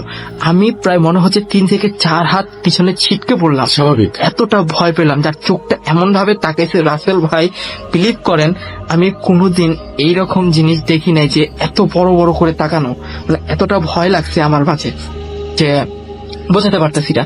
আমি চিৎকার দিয়ে বললাম আমার খালুকে, খালু এখানে আসেন তাড়াতাড়ি, মামানির চোখ খুলছে। ভয়ঙ্কর ব্যাপার, ভয়ঙ্কর। আসলে তখন সে চোখ খুলে এভাবেই তাকায় আছে, মানে এমন ভাবে বড় বড় করে তাকায়, পলক পড়ছে না। আমার আম্মু মানে সে উঠতেও পারতেছে না ভয়ে, যদি উঠে যায় কিছু করে। আর পাশে 2টা বাচ্চা, তার ছেলে ছিল এবং আমার বোন ছিল, এবং 2 জনের বয়সই প্রায় 3 থেকে 3.5 বছর বয়স। তো আম্মু তো প্রায় ভয়ে কান্নার মতো অবস্থা। আমি রুমের মধ্যে ছিলাম, আমার খালাতো ভাইও ছিল।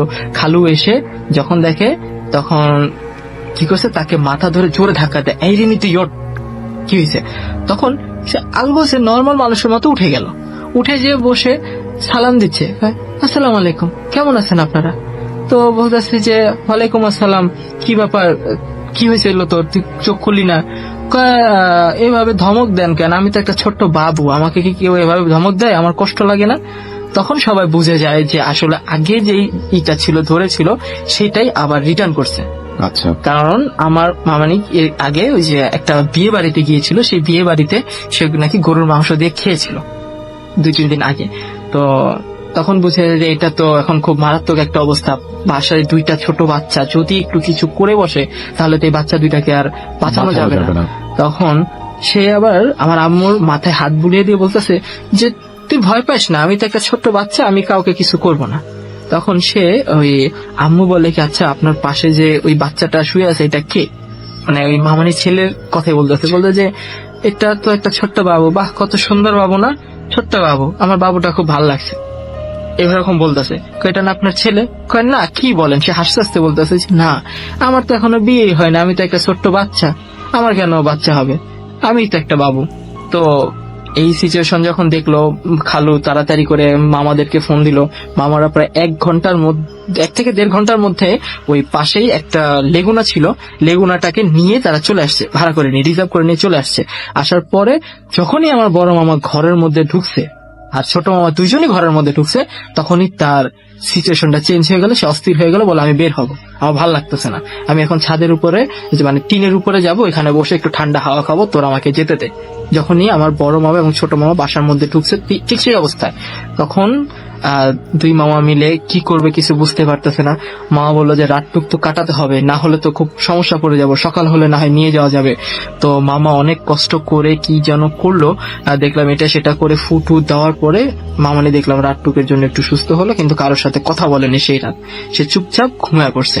কিন্তু ওই ঘুমন্ত অবস্থায় খালার বাসায় মামানিকে না রেখে ওই লেগুনাতে করেই আমরা নানুর বাসায় নিয়ে চলে আসি, আমার মামার বাসায়।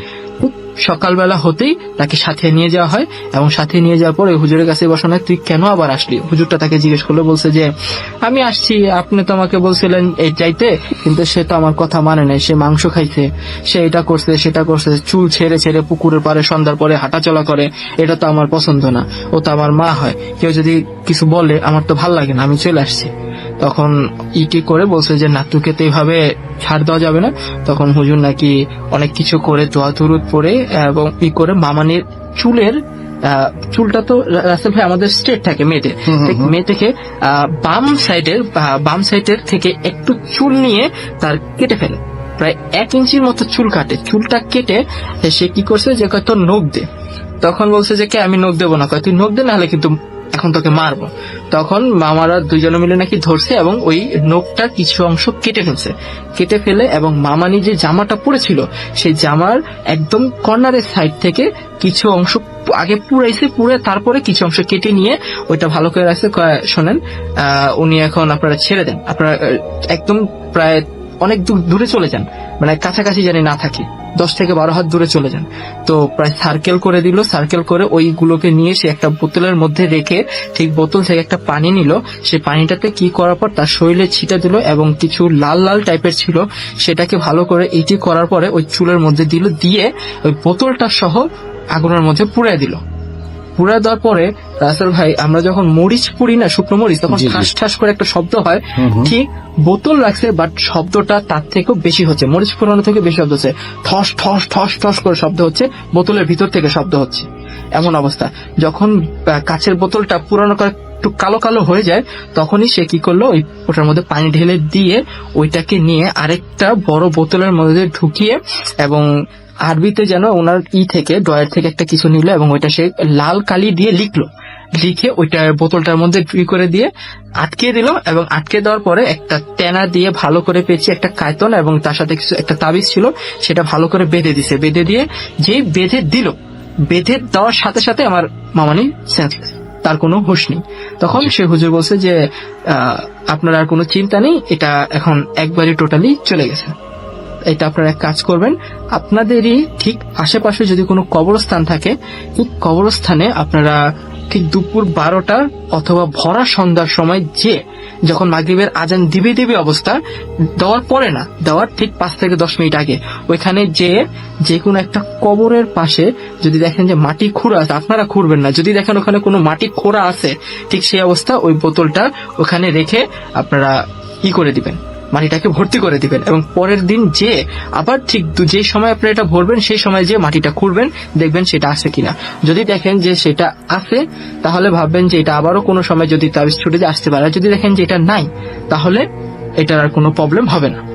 তখন মামারা ওইটা রেখে দিয়ে আসলো। আসার পরে সন্ধ্যার সময় তারা গিয়েছিল, দেওয়ার পরে কিন্তু ওইটা যখন রেখে আসার পরে মামার ওই রাতে প্রচন্ড জ্বর ছিল, প্রচন্ড জ্বর চলে আসে, এবং যেই হাত দিয়ে রেখেছিল সেই হাতের ডান হাতের এই সাইডটাও নাকি খুব ব্যথা হয়েছিল সারাটা রাত।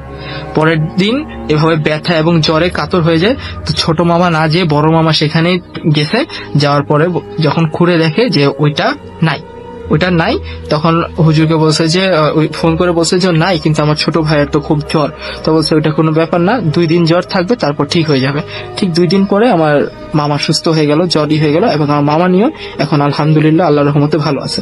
এরকম কোনো প্রবলেম আর এত বছরের মধ্যে হয়নি। অনেক ধন্যবাদ আপনাকে আপনার ঘটনার জন্য, এবং আশা করছি যে আপনি নিজেও এখানে আসতে পেরে কেমন লাগলো, আসলে ভালো লেগেছে? আলহামদুলিল্লাহ, আসলে খুব ভালো লেগেছে। তখন এক্সপেক্ট করিনি যে আমি এখানে এসে আমার স্টোরিগুলো আমি বলবো এবং আপনার সাথে আমার দেখা হবে। Thank you so much. আমারও আপনার ঘটনা আমি খুব মুগ্ধ হয়ে শুনছিলাম। আপনি অনেক ভালো থাকবেন, আল্লাহ আপনাকে ভালো রাখুক, ভালো থাকবেন। ধন্যবাদ রাসেল ভাই। এখন যে ঘটনা বলবেন সেটা কি দেশের না দেশের বাইরের কোথাও? এখনের ঘটনাটি দেশের, এবং আমি যেখানে থাকি, যে বাসায় থাকি, সেটা নিয়ে ঘটনাটা। তো এই বাসায় আমার থাকা হচ্ছে অলমোস্ট এখন 3 বছরের মতো। তো এই বাসায় আমি যখন উঠি, এই বাসাটা একটা আন্ডার কনস্ট্রাকশন বাসা থাকে। আমার বাড়িওয়ালা থাকে গ্রাউন্ড ফ্লোরে, আমি তখন উঠি ফার্স্ট ফ্লোরে। তো মানে সাধারণত হয় যে ব্যাচেলার্সদেরকে কেউ বাসা ভাড়া দিতে চায় না ঢাকায়। তো এখানে মানে ওই বাড়িওয়ালা আন্ডার কনস্ট্রাকশন বাসা, তখন সে আমাদেরকে ভাড়া দিয়ে দেন। তো আমরা যখন এই বাসাটায় উঠি, আমরা মানে অ্যাবনর্মালি বা প্যারানর্মাল অ্যাক্টিভিটি এরকম কিছুই দেখি না ফার্স্ট। তো কয়েকটা দিন যাওয়ার পরে আমাদের যখন পরীক্ষা চলে, তো আমরা রাত জেগে, অবভিয়াসলি একটা স্টুডেন্ট রাত জেগে পড়াশোনা করে পরীক্ষার আগে। তো আমরা যখন মানে আমাদের 3 তলায় যখন কাজ চলছিল, মানে 3rd ফ্লোর 4th ফ্লোরে যখন কাজ চলছিল, তো মানে সকালের সময় যখন আমাদের কলেজে যাওয়া হয় না, তখন যখন বাসায় বসে পড়ি, তখন মনে হচ্ছিল যে লাইক উপরে ভীষণ কাজের শব্দ। তো অ্যাজ এ রেজাল্ট এটা কিন্তু মাথার ভিতরে চলে আসে যে আপনার সারাউন্ডিং এ কিন্তু অনেক কাজের শব্দ হচ্ছে, সেটা আমরা ইগনোর করে আমরা কিন্তু পড়ার চেষ্টা করি। তো আমরা ইগনোর করি সব সময়। তো রাতে যখন পড়তে বসা হয়, যদি আমরা কখনো এরকম কোনো শব্দ শুনি, যেহেতু আমরা এটা আগে থেকে ইগনোর করে আসছি, সেটাকে তখন কিন্তু পাত্তা দেওয়া হয় না। বাট ওই সময় হয়েছিল কি যে রাউন্ড অ্যাবাউট 3টা বাজে ওই দিন রাতে, আমি ওই দিন রাতে মানে শব্দ শুনছি। তো অ্যাজ আই নো, মানে আমার ছাদে তো কেউ থাকার কথা না, রাত 3টা বাজে তো কেউ কাজ করে না। তা কিন্তু মনে হচ্ছে যেন ওয়ার্কাররা পাইচারি করছে উপরে, কাজ করতেছে উপরে। তো আমি মানে ফার্স্ট জানলা দেখে বাইরে তাকায় দেখি যে কোনো উইন্ড আছে কিনা। দেখলাম যে কোনো উইন্ড নাই, বিকজ কোনো কেবল নড়ছে না, ইলেকট্রিকের কোনো তার নড়ছে না। তো অ্যাজ এ রেজাল্ট মানে কনভিন্সড হলাম যে কোনো বাতাসের কারণে এই শব্দটা হচ্ছে না। তা আমরা কয়েকটা ফ্রেন্ড, 3টা ফ্রেন্ড আমরা একসাথে থাকি একই বাসার ভিতরে। তা আরেকটা ফ্রেন্ড মানে ও ঘুমাচ্ছিল, ও ঘুম থেকে উঠে মানে জেগে গেছে শব্দের কারণে। ও উঠে এসে বললো, আপনারা তার মানে যারা বাসায় থাকেন বা ওই বাসায় যারা ছিলেন, তারা প্রত্যেকে একই সাউন্ড শুনছেন? একই সাউন্ড শুনেছি আমরা সবাই। তো ও ফ্রেন্ড উঠে এসে আমাকে বললো যে দোস্ত, তুই এরকম যদি শব্দ করতে থাকোস, দেন আমার কিন্তু মানে ঘুমানোর মানে সমস্যা হচ্ছে। তো আমারও তো কালকে ক্লাসে যেতে হবে, তো প্লিজ তুই ঘুমা আর আমাকে একটু ঘুমাইতে দে। আমি বললাম যে দেখো, আমি কিন্তু কোনো শব্দ করছি না, শব্দটা হয়তো বা 3rd ফ্লোর থেকে আসছে। ও তখন বিশ্বাস করলো না। তো অ্যাজ এ রেজাল্ট আমরা যেটা সাধারণত করি, যেটা কোনো আনএক্সপেক্টেড জন্য যদি কোনো জিনিস হয়, আমরা সাধারণত সেটাকে ইগনোর করতে থাকি। তো আমিও সেদিন ওই শব্দটাকে ইগনোর করে গেলাম। মানে কন্টিনিউয়াসলি কয়েকটা রাত্র পর্যন্ত এরকম হলো। অন দ্য 3rd নাইট, 3য় দিন রাতে যখন এই শব্দটা হলো, তখন আমি ছাদে যাই দেখার জন্য যে কে এই শব্দটা করতে। ওখানে গিয়ে দেখি জাস্ট একটা লাইট জ্বলছে, বিকজ ওখানে মানে বিল্ডিং মেটেরিয়ালস অনেক কিছু রাখা ছিল, সিমেন্ট রাখা ছিল, রডস রাখা ছিল। তো এই কারণে জাস্ট সিকিউরিটির কারণে ওখানে জাস্ট একটা ছোট একটা লাইট জ্বলছে একটা কর্নারে, বাট অন দ্য হোল মানে টোটাল ফ্লোরে কেউ ছিল না। ওকে। আমি যখন ফেরত চলে আসি বাসার ভিতরে, তখন আবার সে শব্দটা হয়। আর ওই দিন রাতে আবার আমার ফ্রেন্ডটা উঠে এসে বলে যে দোস্ত আজকে কিন্তু অনেক শব্দ হচ্ছে, প্লিজ উপরে একটু গিয়ে দেখবি। যে আমার মনে হচ্ছে কোনো কুকুর বা কোনো মানে এরকম বিড়াল টিড়াল উঠে মানে উপরে অনেক দৌড়াদৌড়ি করছে, জিনিসপত্র পড়ে যাচ্ছে। ও অনেক নয়েজ করতেছে, যার কারণে এই জন্য ঘুমাতে পারতেছি না, হয়তোবা অনেক লাফালাফি করতেছে উপরে, এই জন্য ঘুমাতে পারতেছি না। তো আমি বলি ওকে, আমি যে তুই চলে যা, তুই ঘুমাইতে চলে যা, আমি দেখছি ব্যাপারটা। তো আমি আবার কি করি, কিছুক্ষণ পরে আমি আবার উপরে যাই। উপরে গিয়ে যখন দেখি যে অ্যাজ এ রেজাল্ট কেউ ছিল না। তো একটা রুম কমপ্লিটেড ছিল, একটা কর্নার আর একটা রুম কমপ্লিটেড ছিল, প্লাস্টার দেওয়া ছিল, জানলা এখনো লাগানো হয়নি, দরজাও লাগানো হয়নি। ওই রুমের ভিতরে ঢুকে দেখি যে লাইক মানে হঠাৎ মনে হচ্ছে যে কর্নার থেকে কেউ মানে আপনার দিকে স্টেয়ার করে তাকিয়ে আছে, মানে অনেক গভীর ভাবে তাকায় আছে। তো আমি কর্নারের দিকে দেখি, তো মনে হচ্ছে যে ওখানে কিছু ছিল, একটা স্লিম একটা মানে বলবো যে হাওয়ার ভিতরে কিছু ছিল, যেটা ট্রান্সপারেন্ট কিছু এরকম মনে হচ্ছে কিনা? ট্রান্সপারেন্ট বলবো না, বলবো যে স্মোকি কিছু, মানে ধোয়ালো কিছু এরকম কিছু ছিল ওখানে। হ্যাঁ, তা আমি তখন মনে করেছিলাম মেবি এটা রাতের অন্ধকারে মেবি মানে চোখের মানে হ্যালুসিনেশন হতে পারে, এত রাতে জেগে আছি, মেবি অনেকদিন ধরে জেগে আছি, মেবি এটার সাবকনসিয়াস মাইন্ডের কোন একটা খেলা হতে পারে। আমি চিন্তা করছিলাম ভূত দেখছি, তাই এখন মনে হয় আমার চোখের সামনে ডক্টর তো মানে নিজেকে নিজে সান্ত্বনা দিচ্ছি যে অ্যাজ এ রেজাল্ট ওখানে কিছুই ছিল না। তো আমি রুম থেকে বের হয়ে আসি, সাথে সাথে মানে হাইয়েস্ট গেলে 1 বা 2 মিনিট ছিলাম ওই রুমের ভিতরে। আমি বের হয়ে এসে আমি অন্য রুম গুলো দেখছি।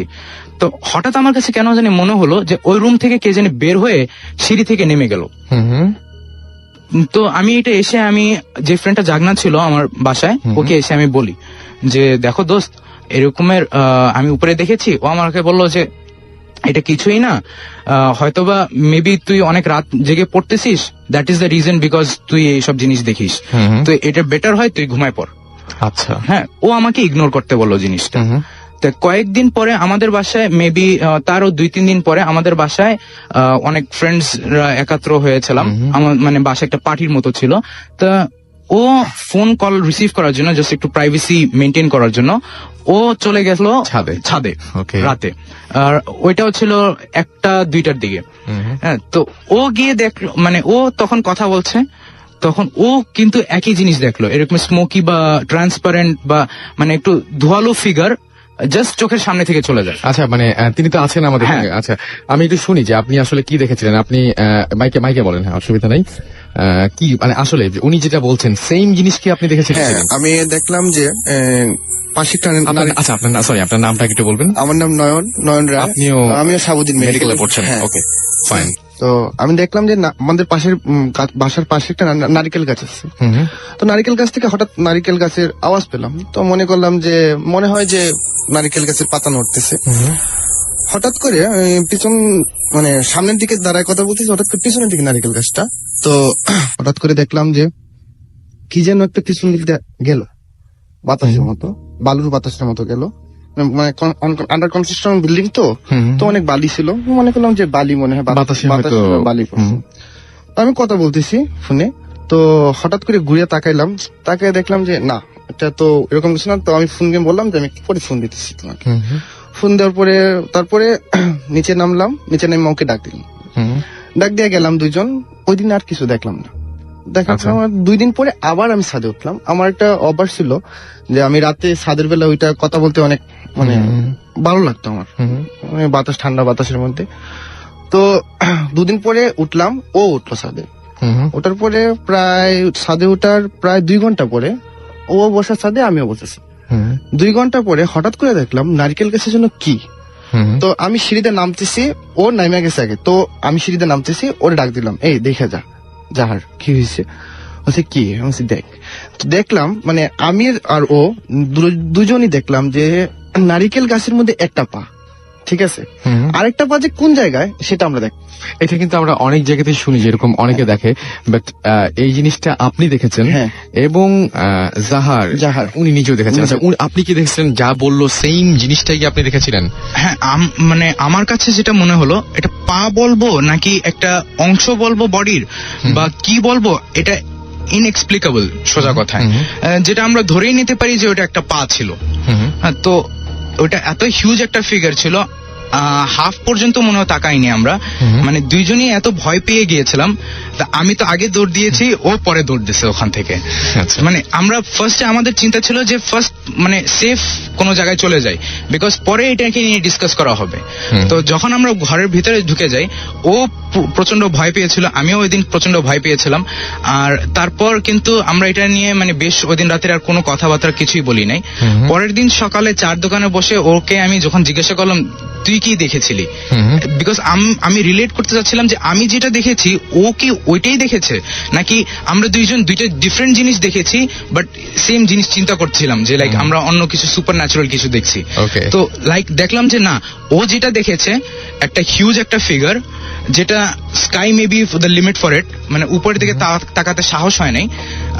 মানে ওরকমের একটা ফিগার ছিল যেটা নারকেল গাছ থেকে শুরু হচ্ছে, বাট ওয়্যার ইজ মানে ওইটা কোথায় গিয়ে শেষ হচ্ছে মানে কোনো ঠিকানা নাই।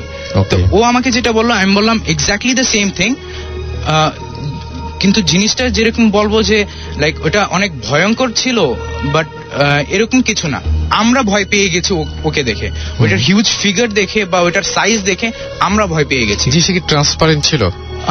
ট্রান্সপারেন্ট বলবো না, স্মোকি বলবো। মানে যদি আমি কোনো জায়গায় ধোঁয়া লাগাই দিই, মানে আগুন জ্বালাই দিই, তো আগুনের উপরে যেরকম ধোঁয়া থাকে তার চেয়ে কম ধোঁয়া, কিন্তু জাস্ট আপনি এপার থেকে ওপার দেখতে পারবেন, but not so clear. But একটা জিনিস তো আপনি আমার সাথে, মানে আমি আপনার সাথে আপনাকে প্রশ্ন করবো এবং আপনি নিশ্চয়ই এগ্রি করবেন যে একই জিনিস একই সময় দুজন মানুষ কি ভুল দেখতে পারে? আমি ঠিক জানি না, মানে সেটাই কথা যে আমরা তারপরে আমাদের বাসার ভিতরে অনেক কিছু এক্সপিরিয়েন্স, এবং শুধুমাত্র মনে হয় দুজন মানুষ না, এরপরে মনে হয় আরো ঘটনা আরো ঘটনা আছে। যেরকম এই বাসাটার ভিতরে আমরা অলমোস্ট লাইক এখন 2.5 ইয়ার্স মতো, 3 বছরের মতো আমরা আছি। তো এই বাসার ভিতরে আমরা দেখেছি, আমাদের সাথে আরেকটা ফ্রেন্ড থাকে, ও নিজেও দেখেছে, ও নিজে অনেকদিন রাত্রে আমাদেরকে বলেছে, বাট আমরা ফ্রেন্ড হিসাবে ওকে ডিসক্লোজ করি নাই, বিকজ হয়তোবা ও ভয় পেয়ে যেতে পারে। আমি ভয় পাইনি, ও ভয় পায় না, তার মানে এই না যে অন্য কেউ ভয় পাবে না।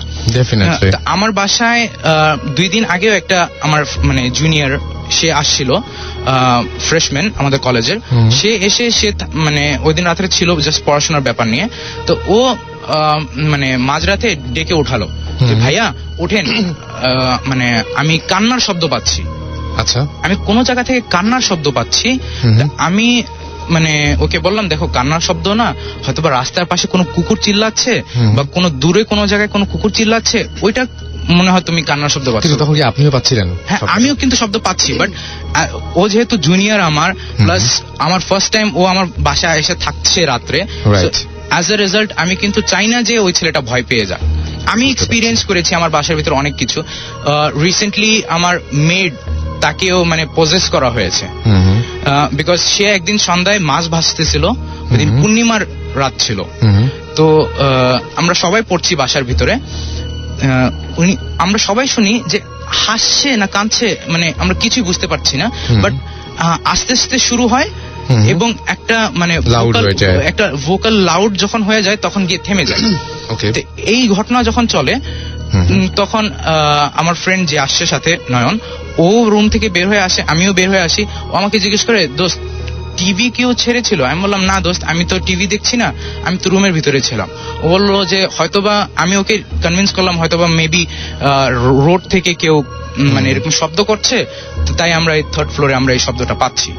তো আরেকটা জিনিস বলে নি, আমরা যেখানে 1st ফ্লোরে ছিলাম সেখান থেকে আমরা আবার শিফট করে আমরা কিন্তু আরেকতলা উপরে চলে গেছি, আমরা 2nd ফ্লোরে চলে গেছি। তো আমি মানে চিন্তা করেছিলাম মেবি আন্ডার কনস্ট্রাকশন হাউসে আছি, মানে এই ফ্লোরে মেবি কোনো সমস্যা আছে, তাই আমরা দেখছি, তাই আমরা আবার উপরের ফ্লোরে চলে যাই। রাইট। তো আমাদের একটা জিনিস ভুল হয়ে যায়, বিকজ আমরা যেই সব জায়গায় আমরা ওই যে ফার্স্ট যে ফিগারটা দেখি এবং যেসব শব্দ শুনি যখন ওটা আন্ডার কনস্ট্রাকশনে ছিল, আমরা কিন্তু ওই ফ্ল্যাটে গিয়ে উঠেছি। রাইট। হ্যাঁ, তো মানে এটা আমরা ফার্স্ট চিন্তা করি না, পরে চিন্তাটা এসছে। পরে চিন্তাটা এসছে, বিকজ এটা নিয়ে এবং আমরা who কখনো knows যে আপনারা চিন্তা করতে চাননি বা হয়তো চেয়েছেন বা কোনো সময় মাথায় আসেনি, মানে মাথায় না আসার কোনো কারণ নাই, হ্যাঁ বাট মাথায় আসেনি সামহাও। তো ওই দিন মানে আমরা দেখি যে আমাদের কিচেনের দরজাটা কখনো বন্ধ থাকে না। তো ওই দিন দেখি কিচেনের দরজাটা চাপানো। কিচেনের দরজাটা কে চাপিয়ে রেখেছে? আমাদের মানে হাউসমেট যে, সে এসে রান্না করে চলে যায়। তো as a result all the bachelor houses এরকমই হয়। তো উনি, আমি ওকে জিজ্ঞেস করলাম আমাদের আন্টি কি চলে গেছে? ও বললো যে যদি গিয়ে থাকে তাহলে বলে তো যাবে সে। আমরা কিচেনের দরজাটা একটু মানে খুলে দেখি, সে ফ্লোরে বসে আছে এবং সে মানে মুখের উপরে তার ওলনা দিয়ে, মানে ঘোমটা আর কি, হ্যাঁ ঘোমটা দিয়ে সে মুখে দুইটা হাত চেপে সে মানে হাসছে, আবার সে কাঁদছেও, মানে এরকম একটা শব্দ সে করছে। তো আমার ফ্রেন্ড গিয়ে ওনাকে জিজ্ঞাসা করে, আন্টি আপনার কি হয়েছে? সে কোনো উত্তর দেয় না, সে কিন্তু দিব্যি হাসছে সেরকমের।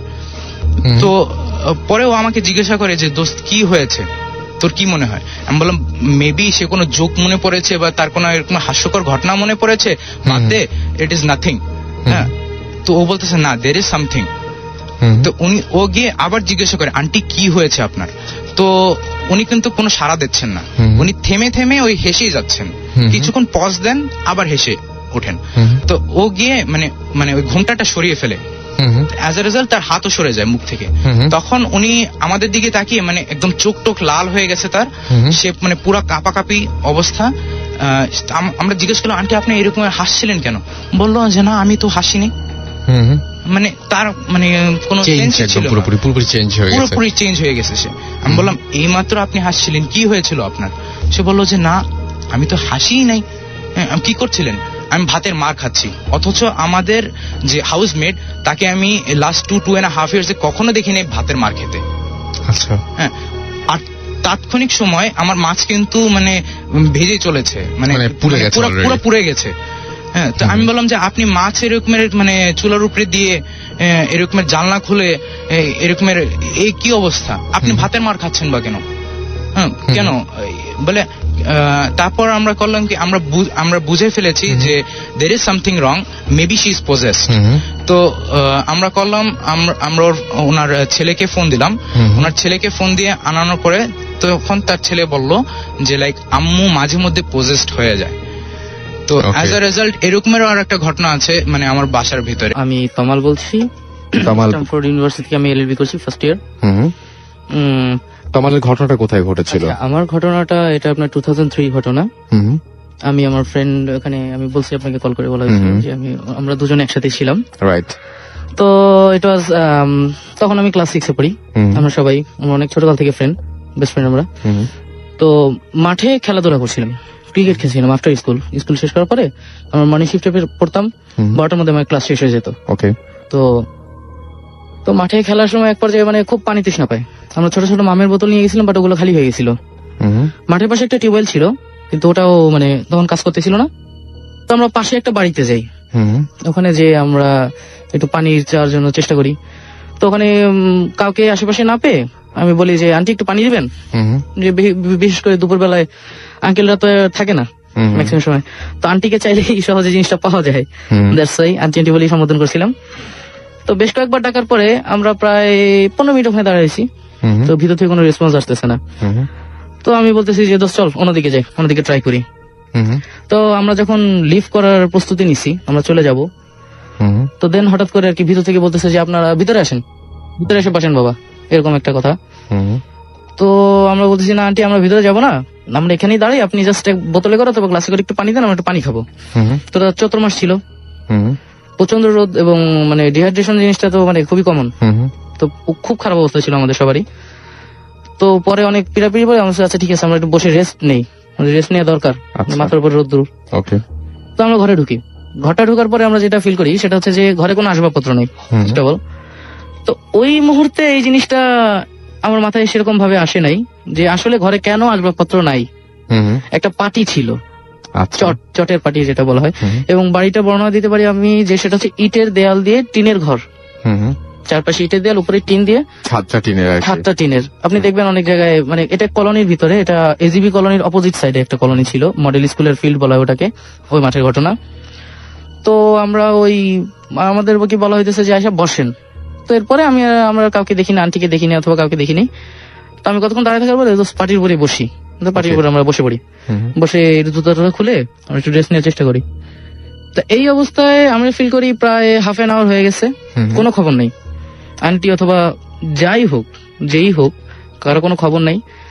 তো আমি হঠাৎ করে আমার ফ্রেন্ডে বলতেছি কি, দোস্ত একটু উঠে না, খবর নেওয়া দরকার। আচ্ছা, কি ঘটনা? তো এর মধ্যে আমি একটু মিস্টেক করে গেছি। সেটা হচ্ছে যে এর মধ্যে যেটা ফিল হচ্ছিল যে প্রচন্ড ঠান্ডা রুমটা, সো মাচ কোল্ড, মানে এমন চৈত্র ঠান্ডা, মাসে ঠান্ডা প্রচন্ড আচ্ছা প্রচন্ড ঠান্ডা, একদম পুরো চিল্ড আউট হয়ে গেছি আমরা। আমাদের মানে শির দাঁড়া যেটাকে বলে, মানে দাঁড়ায় গেছে, এরকম ঠান্ডা, অলরেডি শেকিং। তো আমি বলতেছি যে ঘটনাটা কি? এই ধরনের বাড়িতে তো, এই ধরনের ঘরে তো এসি তো ইম্পসিবল ম্যাটার, ফ্যানই খুব রেয়ার, এবং ফ্যান তো নিশ্চয়ই ছিল না বোধহয়। কিচ্ছু ছিল না সেখানে। আচ্ছা, পরবর্তীতে আমরা যেটা দেখি, তখন আমাদের মাথায় জিনিসটা মোটেই আসে নেই। তো আমি উঠে, ও ছিল, ওর পাশে একটা ফ্রেন্ড ছিল, আমার নাম সবুজ। তো সবুজকে আমি টান দিতেছি, দোষ ওঠ, দেখতে হবো। সবুজ বলছে দূর বেটা, বাদ দে, চল বাইরে যাই। আমি বলছি না দোষ, একটু দেখা দরকার, কারণ হয়তো বা আন্টি অসুস্থ হইতে পারে, কিছু একটা হইতেও পারে, একটা মানবিক দিক বলে একটা ব্যাপার স্যাপার আছে, যাই হোক আর কি। তো আমরা উঠে আর কি রুমের দরজা ফাইন্ড আউট করার চেষ্টা করি যে অন্য কোথাও দরজা আছে কিনা। তো একটা দরজা পাই এবং দেখি যে ওটা বাইরে থেকে টিন দিয়ে একদম মনে করেন ফিক্সড করে দেয়া, মানে এটা খোলা যাবে না। ওটা খোলার কোনো সিস্টেমই নেই। তখন হঠাৎ করে আমার মাথায় আসে যে এই রুমে তো কেউ নাই, এক। আচ্ছা। দ্বিতীয়ত হচ্ছে যে যদিও কেউ থাকে, দ্বিতীয় কোনো দরজা নাই যে যেখান থেকে বের হয়ে যেতে পারে। সো নিশ্চয়ই কোনো একটা সমস্যা হয়েছে, কেউ আমাদের সাথে হয়তো ফাইজলামিও করতে পারে, অথবা আসলেই সেরকম কিছু হইতে পারে। তো আমি বলতেছি যে চল বের হয়ে যাই, বাদ দে, আর এগুলো থাকার দরকার নেই, বহুত হয়েছে। তো আমরা ওখানে রীতিমতো ছুটে বের হয়ে যাই। সবচেয়ে মজার বিষয় হচ্ছে যে আমরা যখন ঢুকছিলাম, আমার তো জিনিসটা ক্লিয়ার মনে নাই, এতটুকু মনে করতে পারি যে জোহরের আজানের কিছু পরে, আই মিন 1:30, 2 এই সময়, এরকম সময় আমরা ঘরে ঢুকছিলাম। ওকে, আমরা যখন বের হয়ে আসি, হয়তোবা বললে অনেকে বিশ্বাস নাও করতে পারে, ইট ইজ অলমোস্ট 5 o'clock। সূর্য আপনার একদম পুরো হেলে গেছে এবং অন্ধকার হয়ে আসতেছে। আচ্ছা। তো ওদিক দিকে আমরা তো তখন কেউই মোবাইল ইউজ করি না, অথবা বাসার সাথে কন্ট্যাক্ট করার কোনো চান্স নাই। তো রীতিমতো একটা হইচই পড়ে গেছিল যে অনেকেই, মানে আমাদের যারা প্যারেন্টস ছিল, তার খোঁজাখুঁজি লাগাই দিছিল যে এরা কোথায়। এবং আমরা ওই দিন এক্স্যাক্টলি তাও কতক্ষণ আপনার ওখানে ছিলেন মনে হয়? এক্স্যাক্টলি আমার যেটা মনে, আমরা যখন বের হয়েছি 5টা থেকে 6টা, মানে সূর্যটা হেলে গেছে, তার মানে 4-5 ঘন্টার মতো ছিলেন। হ্যাঁ, এবং আমার মনে হচ্ছে যে আমরা সবাই রুমের ভিতরে আধা ঘন্টা বসেছিলাম। আপনাদের কাছে তাই মনে হয়? আমাদের কাছে, আমার কাছে, ওর কাছে ব্যাপারটা কিন্তু উল্টা হয়। ব্যাপারটা হচ্ছে যে সময় হয়তো খুব কম যায়, কিন্তু মনে হয় যে অপেক্ষা অনেকক্ষণ ধরে করছে। এখানে একটু ঝামেলা হয়েছে। এবং আপনারা ভালোভাবে খেয়াল করে দেখেছেন যে ওই ঘরের মধ্যে কোনো ধরনের কোনো জানালা বা কোনো কিছু না আছে। আপনার সাথে আপনার ফ্রেন্ড আছে, ওনার কাছে একটু জিজ্ঞেস করি যে, আমি জিজ্ঞেস করছি আপনার কি সেম ফিলিং হয়েছিল যেরকম ওর হয়েছে? Just the same, because of আমরা যখন ওখানে ঢুকি, ঢোকার সময় ও আমাকে বলছিল যে পানি খাওয়ার দরকার, চল ঢুকি। সো ভিতর থেকে আন্টি যখন বলতেছিলেন যে হ্যাঁ ডাক্তার, কি আপনিও শুনছেন আন্টির ভয়েস? জি, আমরা ওখানে যে 4জন ছিলাম, সেই 4 জনই আমরা ডাক্তার শুনেছি। আমি বলছেন যে বাবা আপনারা ভিতরে আসেন, ভিতরে এসে বসেন, বসে তারপর আপনারা বসেন, একটু রেস্ট করেন, আমি পানি দিচ্ছি। তার মানে আপনাদের ওখানে এই ঘটনাটা ঘটেছে, কিন্তু আপনাদের আসলে কোনো সমস্যা? অ্যাকচুয়ালি সমস্যা যে বলবো তা না, এর পরে যে সমস্যাগুলো হচ্ছে ওগুলো তো স্টিল চলছে। বাট ঘটনা হচ্ছে যে ওখানে ঢোকার পরে আমরা যতক্ষণ স্টে করি ওখানে, ততক্ষণ দেখলাম যে মানে একে তো বাইরের রোদ, আমরা প্রচন্ড তৃষ্ণার্ত। আফটার দেন ওখানে ঢোকার পরে দেখছি যে না, মানে তৃষ্ণার যে ধাঁচটা আস্তে আস্তে কমে এসছে এবং প্রচন্ড ঠান্ডা ফিল হচ্ছে। সেটাই, মানে এটা খুব অদ্ভুত একটা ব্যাপার, খুবই অদ্ভুত একটা ব্যাপার। এবং আমাদের কাছে তখন ফিল হয়নি, বাট মানে আমাদের ভালো লাগতেছিল যে হ্যাঁ ফাইন, যে একটু ঠান্ডা বাতাস পাওয়া যাচ্ছে, but there was no wind. Okay, so এর পরে কোনো ঝামেলা আসলে কি লাইফে হয়েছে? এর পরে যে ঝামেলাগুলো হয়েছে রিসেন্ট না, ঠিক লাস্ট ইয়ারে আমাদের দুজনের একটা শো ছিল। তো আমরা মিউজিক করি, ফেস্টিভ্যাল বলি। সো আমাদের শোটা শেষ হয়েছে আপনার ঠিক 12টার সময়। এটা ছিল শাহজাহানপুরে। সো আমরা শোটা শেষ করে এসে আমার বাসায় এসেছি, আর আমি ম্যাক্সিমাম টাইমে নাইট স্টে করি, সেটা হচ্ছে আমার বাসায়। সো ওই মোমেন্টে আমরা যখন আসছি বাসায়, তো বাসায় আসতে 12:30 বেজে গেছে আর কি। তো আসার পরে ফ্রেশ ট্রেশ হই, খাওয়া দাওয়া করে শুতে 1:30 বেজে গেছে। তো অ্যাকচুয়ালি ওই সময় তো আর ঘুমানো হয় না, বিকজ অফ ফ্রেন্ডসদের সাথে একসাথে থাকলে ঘুমানো হয় না, আড্ডা মারা হয়। ওকে ফাইন, আমরা রাত্রেবেলা হয়তো কার্ড খেলতেছি, পিসিতে গেমস খেলতেছি, ফেসবুকে ঢুকতেছি, দুষ্টামি করছি। তো ইন দ্য মিন টাইম তখন বাজে হচ্ছে 3:30 রাত্র। তো ইন দ্যাট মোমেন্ট আমি বললাম যে দাদা শোয়া দরকার, সকালে আবার উঠতে হবে, কাজ আছে। তো বলছে আচ্ছা ঠিক আছে। ইন দ্য মিন টাইম আমার জানালার মধ্যে সামওয়ান এলস নকড। আচ্ছা, কেউ নক করলো। ফার্স্ট টাইম আমি বললাম যে কিরে জানালার মধ্যে কে নক করলো, চোর না কি ব্যাপার। তো ওই মুহূর্তে না আমিও একটু ভয় পেয়ে গেলাম যে কি ব্যাপার, এত রাত্রে জানালার মধ্যে নক। ও বলছে যে দেখবো। আমি বলছি আচ্ছা ঠিক আছে দেখ, সমস্যা নেই। ও জাস্ট জানালার পর্দাটা সরালো। I don't know what was that, just একটা হাত নেমে গেল, just it was just shaking, নেমে গেল এটা। ওয়েভিং। Yeah. ওয়েভিং। আচ্ছা, ইন দ্যাট মোমেন্ট আমি ওকে টেনে ধরলাম ওভাবে, আর সে জাস্ট জানার গিলটা ধরে দাঁড়ায় আছে। আজ মামা সরে আয়, আর দেখা দরকার নেই, সরে আয়। এবং হাতটা কি আপনার কি অস্বাভাবিক কোনো হাত ছিল মনে হয়েছে, নাকি মানুষেরই হাত ছিল? মানুষেরই হাত ছিল, বাট এটা যে ইট ওয়াজ জাস্ট আ হ্যান্ড, আর কিছু ছিল না। আচ্ছা, মানে আগে পিছে কিছু ছিল আগে না? বেশি কিছু ছিল না, জাস্ট একটা মানে ওটা যদি মানুষ হতো বা মুখ টুক, মানে অ্যাটলিস্ট থাকতো। বা একজন মানুষের কি বসে ওখানে হাইট পাওয়া সম্ভব? নো, অনেক ডিস্টেন্স, হাইট পাওয়া সম্ভব না। সানসেট থেকে উইন্ডো পর্যন্ত অনেক ডিস্টেন্স, ওখানে আপনার হাইটটা পাওয়া সম্ভব না। সো তার মানে কেউ যে নিচে বসে থাকবে না, সেভাবে no way, সম্ভব না। So, no way. শুধুমাত্র একটা হাত দেখলেন যে ওয়েভ জাস্ট একটা হাত, একটা ওয়েভ করছে। ওকে, সো অনেক ভয়ঙ্কর ব্যাপারটা। That was so much scary. আমরা সাধারণত মানে ওই মুহূর্তের পরে তো রাত্রে তো ঘুমানো তো দূর, মানে আমরা যে কি করব, রুম থেকে বের হবো না কি করব, মানে আমরা ইনডিসিশনে ভুগতেছিলাম যে অ্যাকচুয়ালি এই মুহূর্তে কি করা উচিত। ওকে, The horror story. Comes alive. বিশ্বাস করা না করাটা আপনার ব্যাপার।